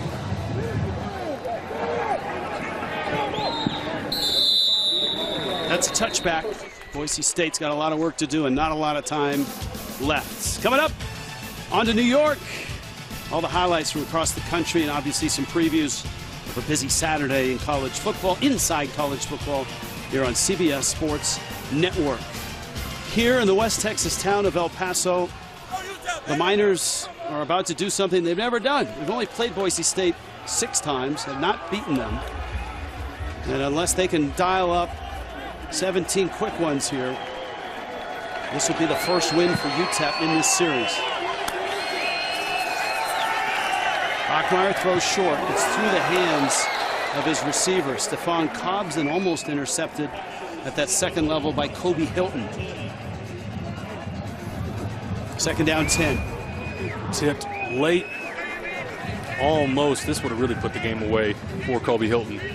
But for UTEP, I mean, it's been a long time since Mike Price was here, the Trevor Vitito days where this team was consistently winning. A couple bowl games during that stretch. Some rough patches for this Miners team, but the bowl game last year, I think this win could be a huge momentum springboard for them through the rest of their schedule. Into Conference USA play. On that slant, Cobbs with the catch. And he's caught and dropped at the 37-yard line. Broncos have all 3 of their timeouts. Going tempo here, obviously, in a hurry-up mode.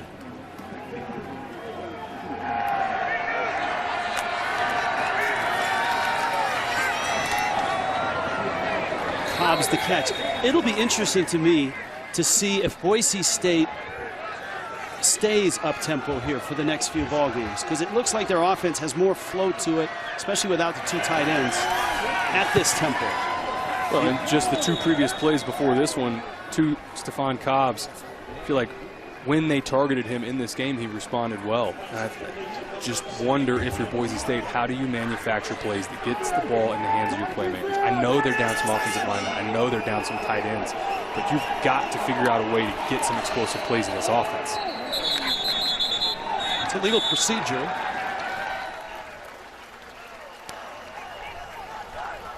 False start, number 5, offense, never being set before the snap. 5-yard penalty, remain first down. And that's on Cobbs. That's the risk you run when you're going fast as the quarterback. That's your responsibility. Make sure everybody's set. Receivers hustle the ball and get set, but as the quarterback, got to survey no matter how fast you're going. Another pre-snap penalty, shooting Boise in the foot. 4 receivers, Holani in the backfield. Holani has not caught a pass. He's a leading receiver coming in. And he's targeted there, but that's just throwing it away.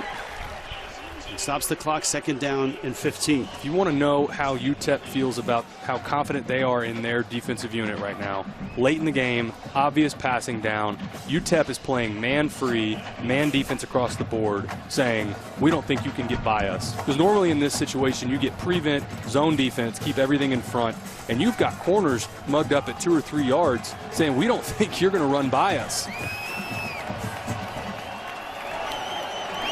Only 4 other teams play more man coverage in the country than UTEP, and they've played it a lot tonight and played it well. Bachmeier setting and throwing, and it's incomplete. Third down and 15. Like Cole right on the corner route.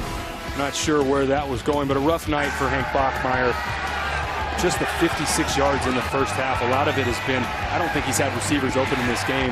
UTEP, credit to them, covered like a glove for most of this game, but the separation just hasn't been there for his receivers. Also been under duress a little bit, and like we talked about, a lot of times that's been with pressure, with just 4. It hasn't always been the blitz with UTEP. They're down 15. Obvious 4-down situation. Bachmeier fires. Kind of a back shoulder throw. Koetter. It seemed to be off of the hands. It's incomplete. Let's take a look. Right through the hands. That's a good throw. Put it in a spot where only your receiver can get it. Can't blame Hank Bachmeier for that. 4th and 15, excuse me. Here's really your game. I don't know if they would have had a chance to come back anyway, but likely your ball game right here.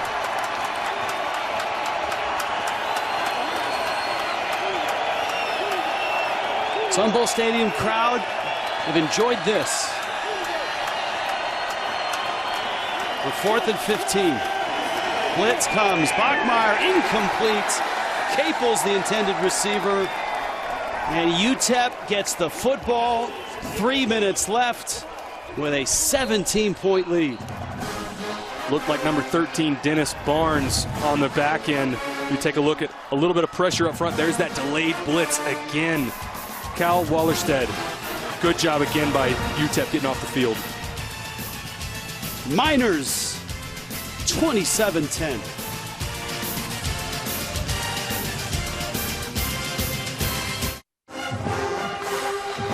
This is an enormous night for Dana Dimel and UTEP. 1-3 start. They weren't happy with that. Said they were better. Proved it tonight. And about to go to 2-3. And his offensive line and his defense, his quarterback, there's a lot to like from UTEP tonight. And look at the running yards in the second half. 115. Hankins. So, one question for Boise State. Taylor McCard, you are a quarterback, a terrific one at Rice.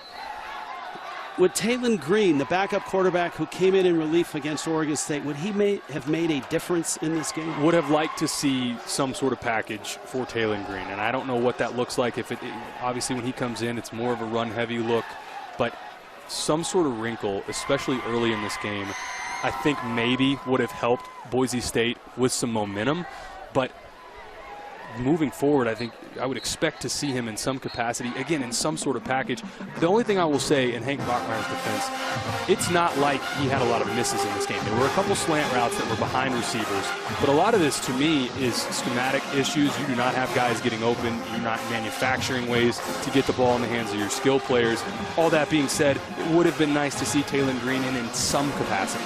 Now, if you're a Bronco fan looking for some sort of sliver of daylight or sunlight, it's probably the upcoming schedule. Hankins is going to get a first down. It's going to move the chains.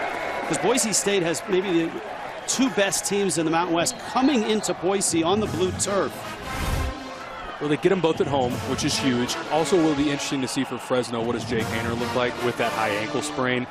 Air Force, that's another tough one. I know you had them last week against Wyoming. Yep. That's a game that they're upset about losing that game. That's a tough team. Colorado State probably win that game, but this schedule for the next 4 weeks, or 3 weeks rather, if Boise doesn't get some of these issues corrected on the offensive side, it could be a rough stretch through the middle of this schedule.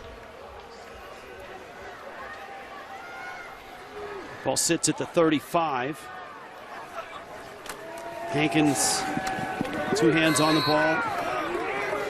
Now, let's flip it over to UTEP. Okay, they're going to be 2-3 after this, and it's back into Conference USA play. At Charlotte, at Louisiana Tech, and then FAU coming in. They have an opportunity. Winning on the road's not easy, but they have an opportunity to really get back on the positive side and get over 500. And speaking of getting back, this to me, this win will replace one of the losses, either North Texas or New Mexico, that coming into the season, UTEP fans probably said they would win. 2-3 through the first 5. You probably wouldn't be surprised if you're a UTEP fan. But the schedule moving forward through the rest of the season, in the middle, towards the middle to the end of the season, Florida Atlantic, Middle Tennessee, and FIU. They all come to El Paso, are all games that I would expect UTEP to win. Then you got to get one on the road and you get back to another bowl game. Wait a minute, you glossed right over the road game at Rice. That's because they have them on the road. I got to say something for all of you that have been watching tonight. Taylor McCarg, the former Rice quarterback, got a phone call at 10:30 this morning from us here at CBS, and we asked him, what are you doing tonight? You think you can get yourself to El Paso to call a game? And it was a crash course for you. You've been terrific tonight. There's not many guys that could pull this off. I know Aaron Taylor stuck around to give you his notes and a pep talk and his tie. And a tie. And his tie. Can't forget the tie. So, man, that's terrific stuff. You've been outstanding. It's really impressive to see somebody who hasn't prepped for this game with the less than, 8-10 hours hop in and ride the bike the way you've done it. I appreciate that. This was a blast for me to get to come out here and be a part of this upset. What a win for UTEP. I think this could turn the entire season for the Miners tonight. First ever win against Boise State. UTEP said, hey, we're better than 1-3. And they are. They're 2-3 now. They've certainly proved it. But Boise State's got some issues to iron out, and they better hurry up. San Diego State and Fresno State coming to Boise on the next 2 weekends.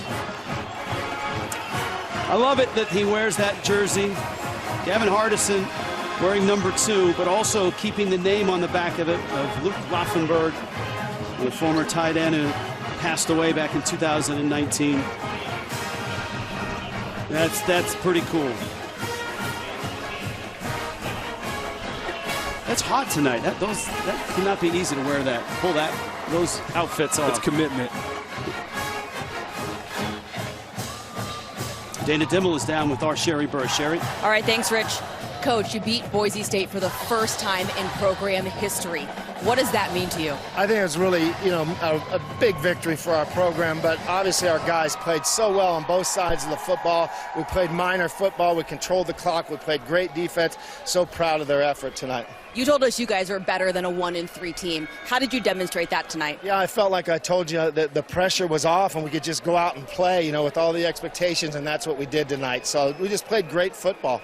Brag about your quarterback a little bit. Gavin out there was doing everything. He's such a good player, and he ran the ball really good. He made some key throws. He made some big over-the-top throws. That's Gavin Hardison right there. Congratulations on the win, Coach. Thank you. Appreciate it. Thank you. Rich? All right. Thank you, Sherry. Last year, 7-6, and you made a great point there, Taylor. They really turned a quarter last year. 4-4 in Conference USA, got to a bowl game, went down to the wire with Fresno State. It's a big win, and let's meet Gavin Hardison with Sherry. All right, Rich. Well, Gavin, congratulations on the win. What does this mean to you that you guys were able to beat Boise State for the first time? It's a huge win, especially where we're at in the season, and, kind of turn things around and get things moving in the right direction. It was a big win for us. They're a really good team, and so it's huge for us. How do you guys use this as a springboard moving forward? Just create momentum and just build our confidence, and just understand that we can play with the teams like Boise State and stuff like that. And so, it just brings us forward into next week. Your coach is talking about you guys overcoming adversity. How did you demonstrate that? We faced some adversity in the first, 4 weeks of the season, and so, just trying to just believing in each other and just making sure that we prepare like we usually do, and just come out here and execute. I was on this sideline when you guys were celebrating. Congratulations on the win. This was just so much fun for you guys. Yes, ma'am. Thank you. It's a fun one, but we got to move on to next week. All right. Congratulations, Gavin. Thank you. Thank you. Sherry, nice job tonight. Going to be interesting to see where this UTEP team ends up this year. Taylor, good luck in your game tomorrow night, man. Thanks for pinch hitting for AT. Absolutely. Thank you guys for having me. What a game. For Taylor McGard, Sherry Burris, our entire crew, I'm Rich Waltz. Presentation of CBS Sports Network, 24-hour home of CBS Sports. What a night for the Miners. In the West Texas town of El Paso. Big night in the town tonight. This presentation of CBS Sports Network, 24-hour home of CBS Sports. On to New York, Brent and the gang standing by.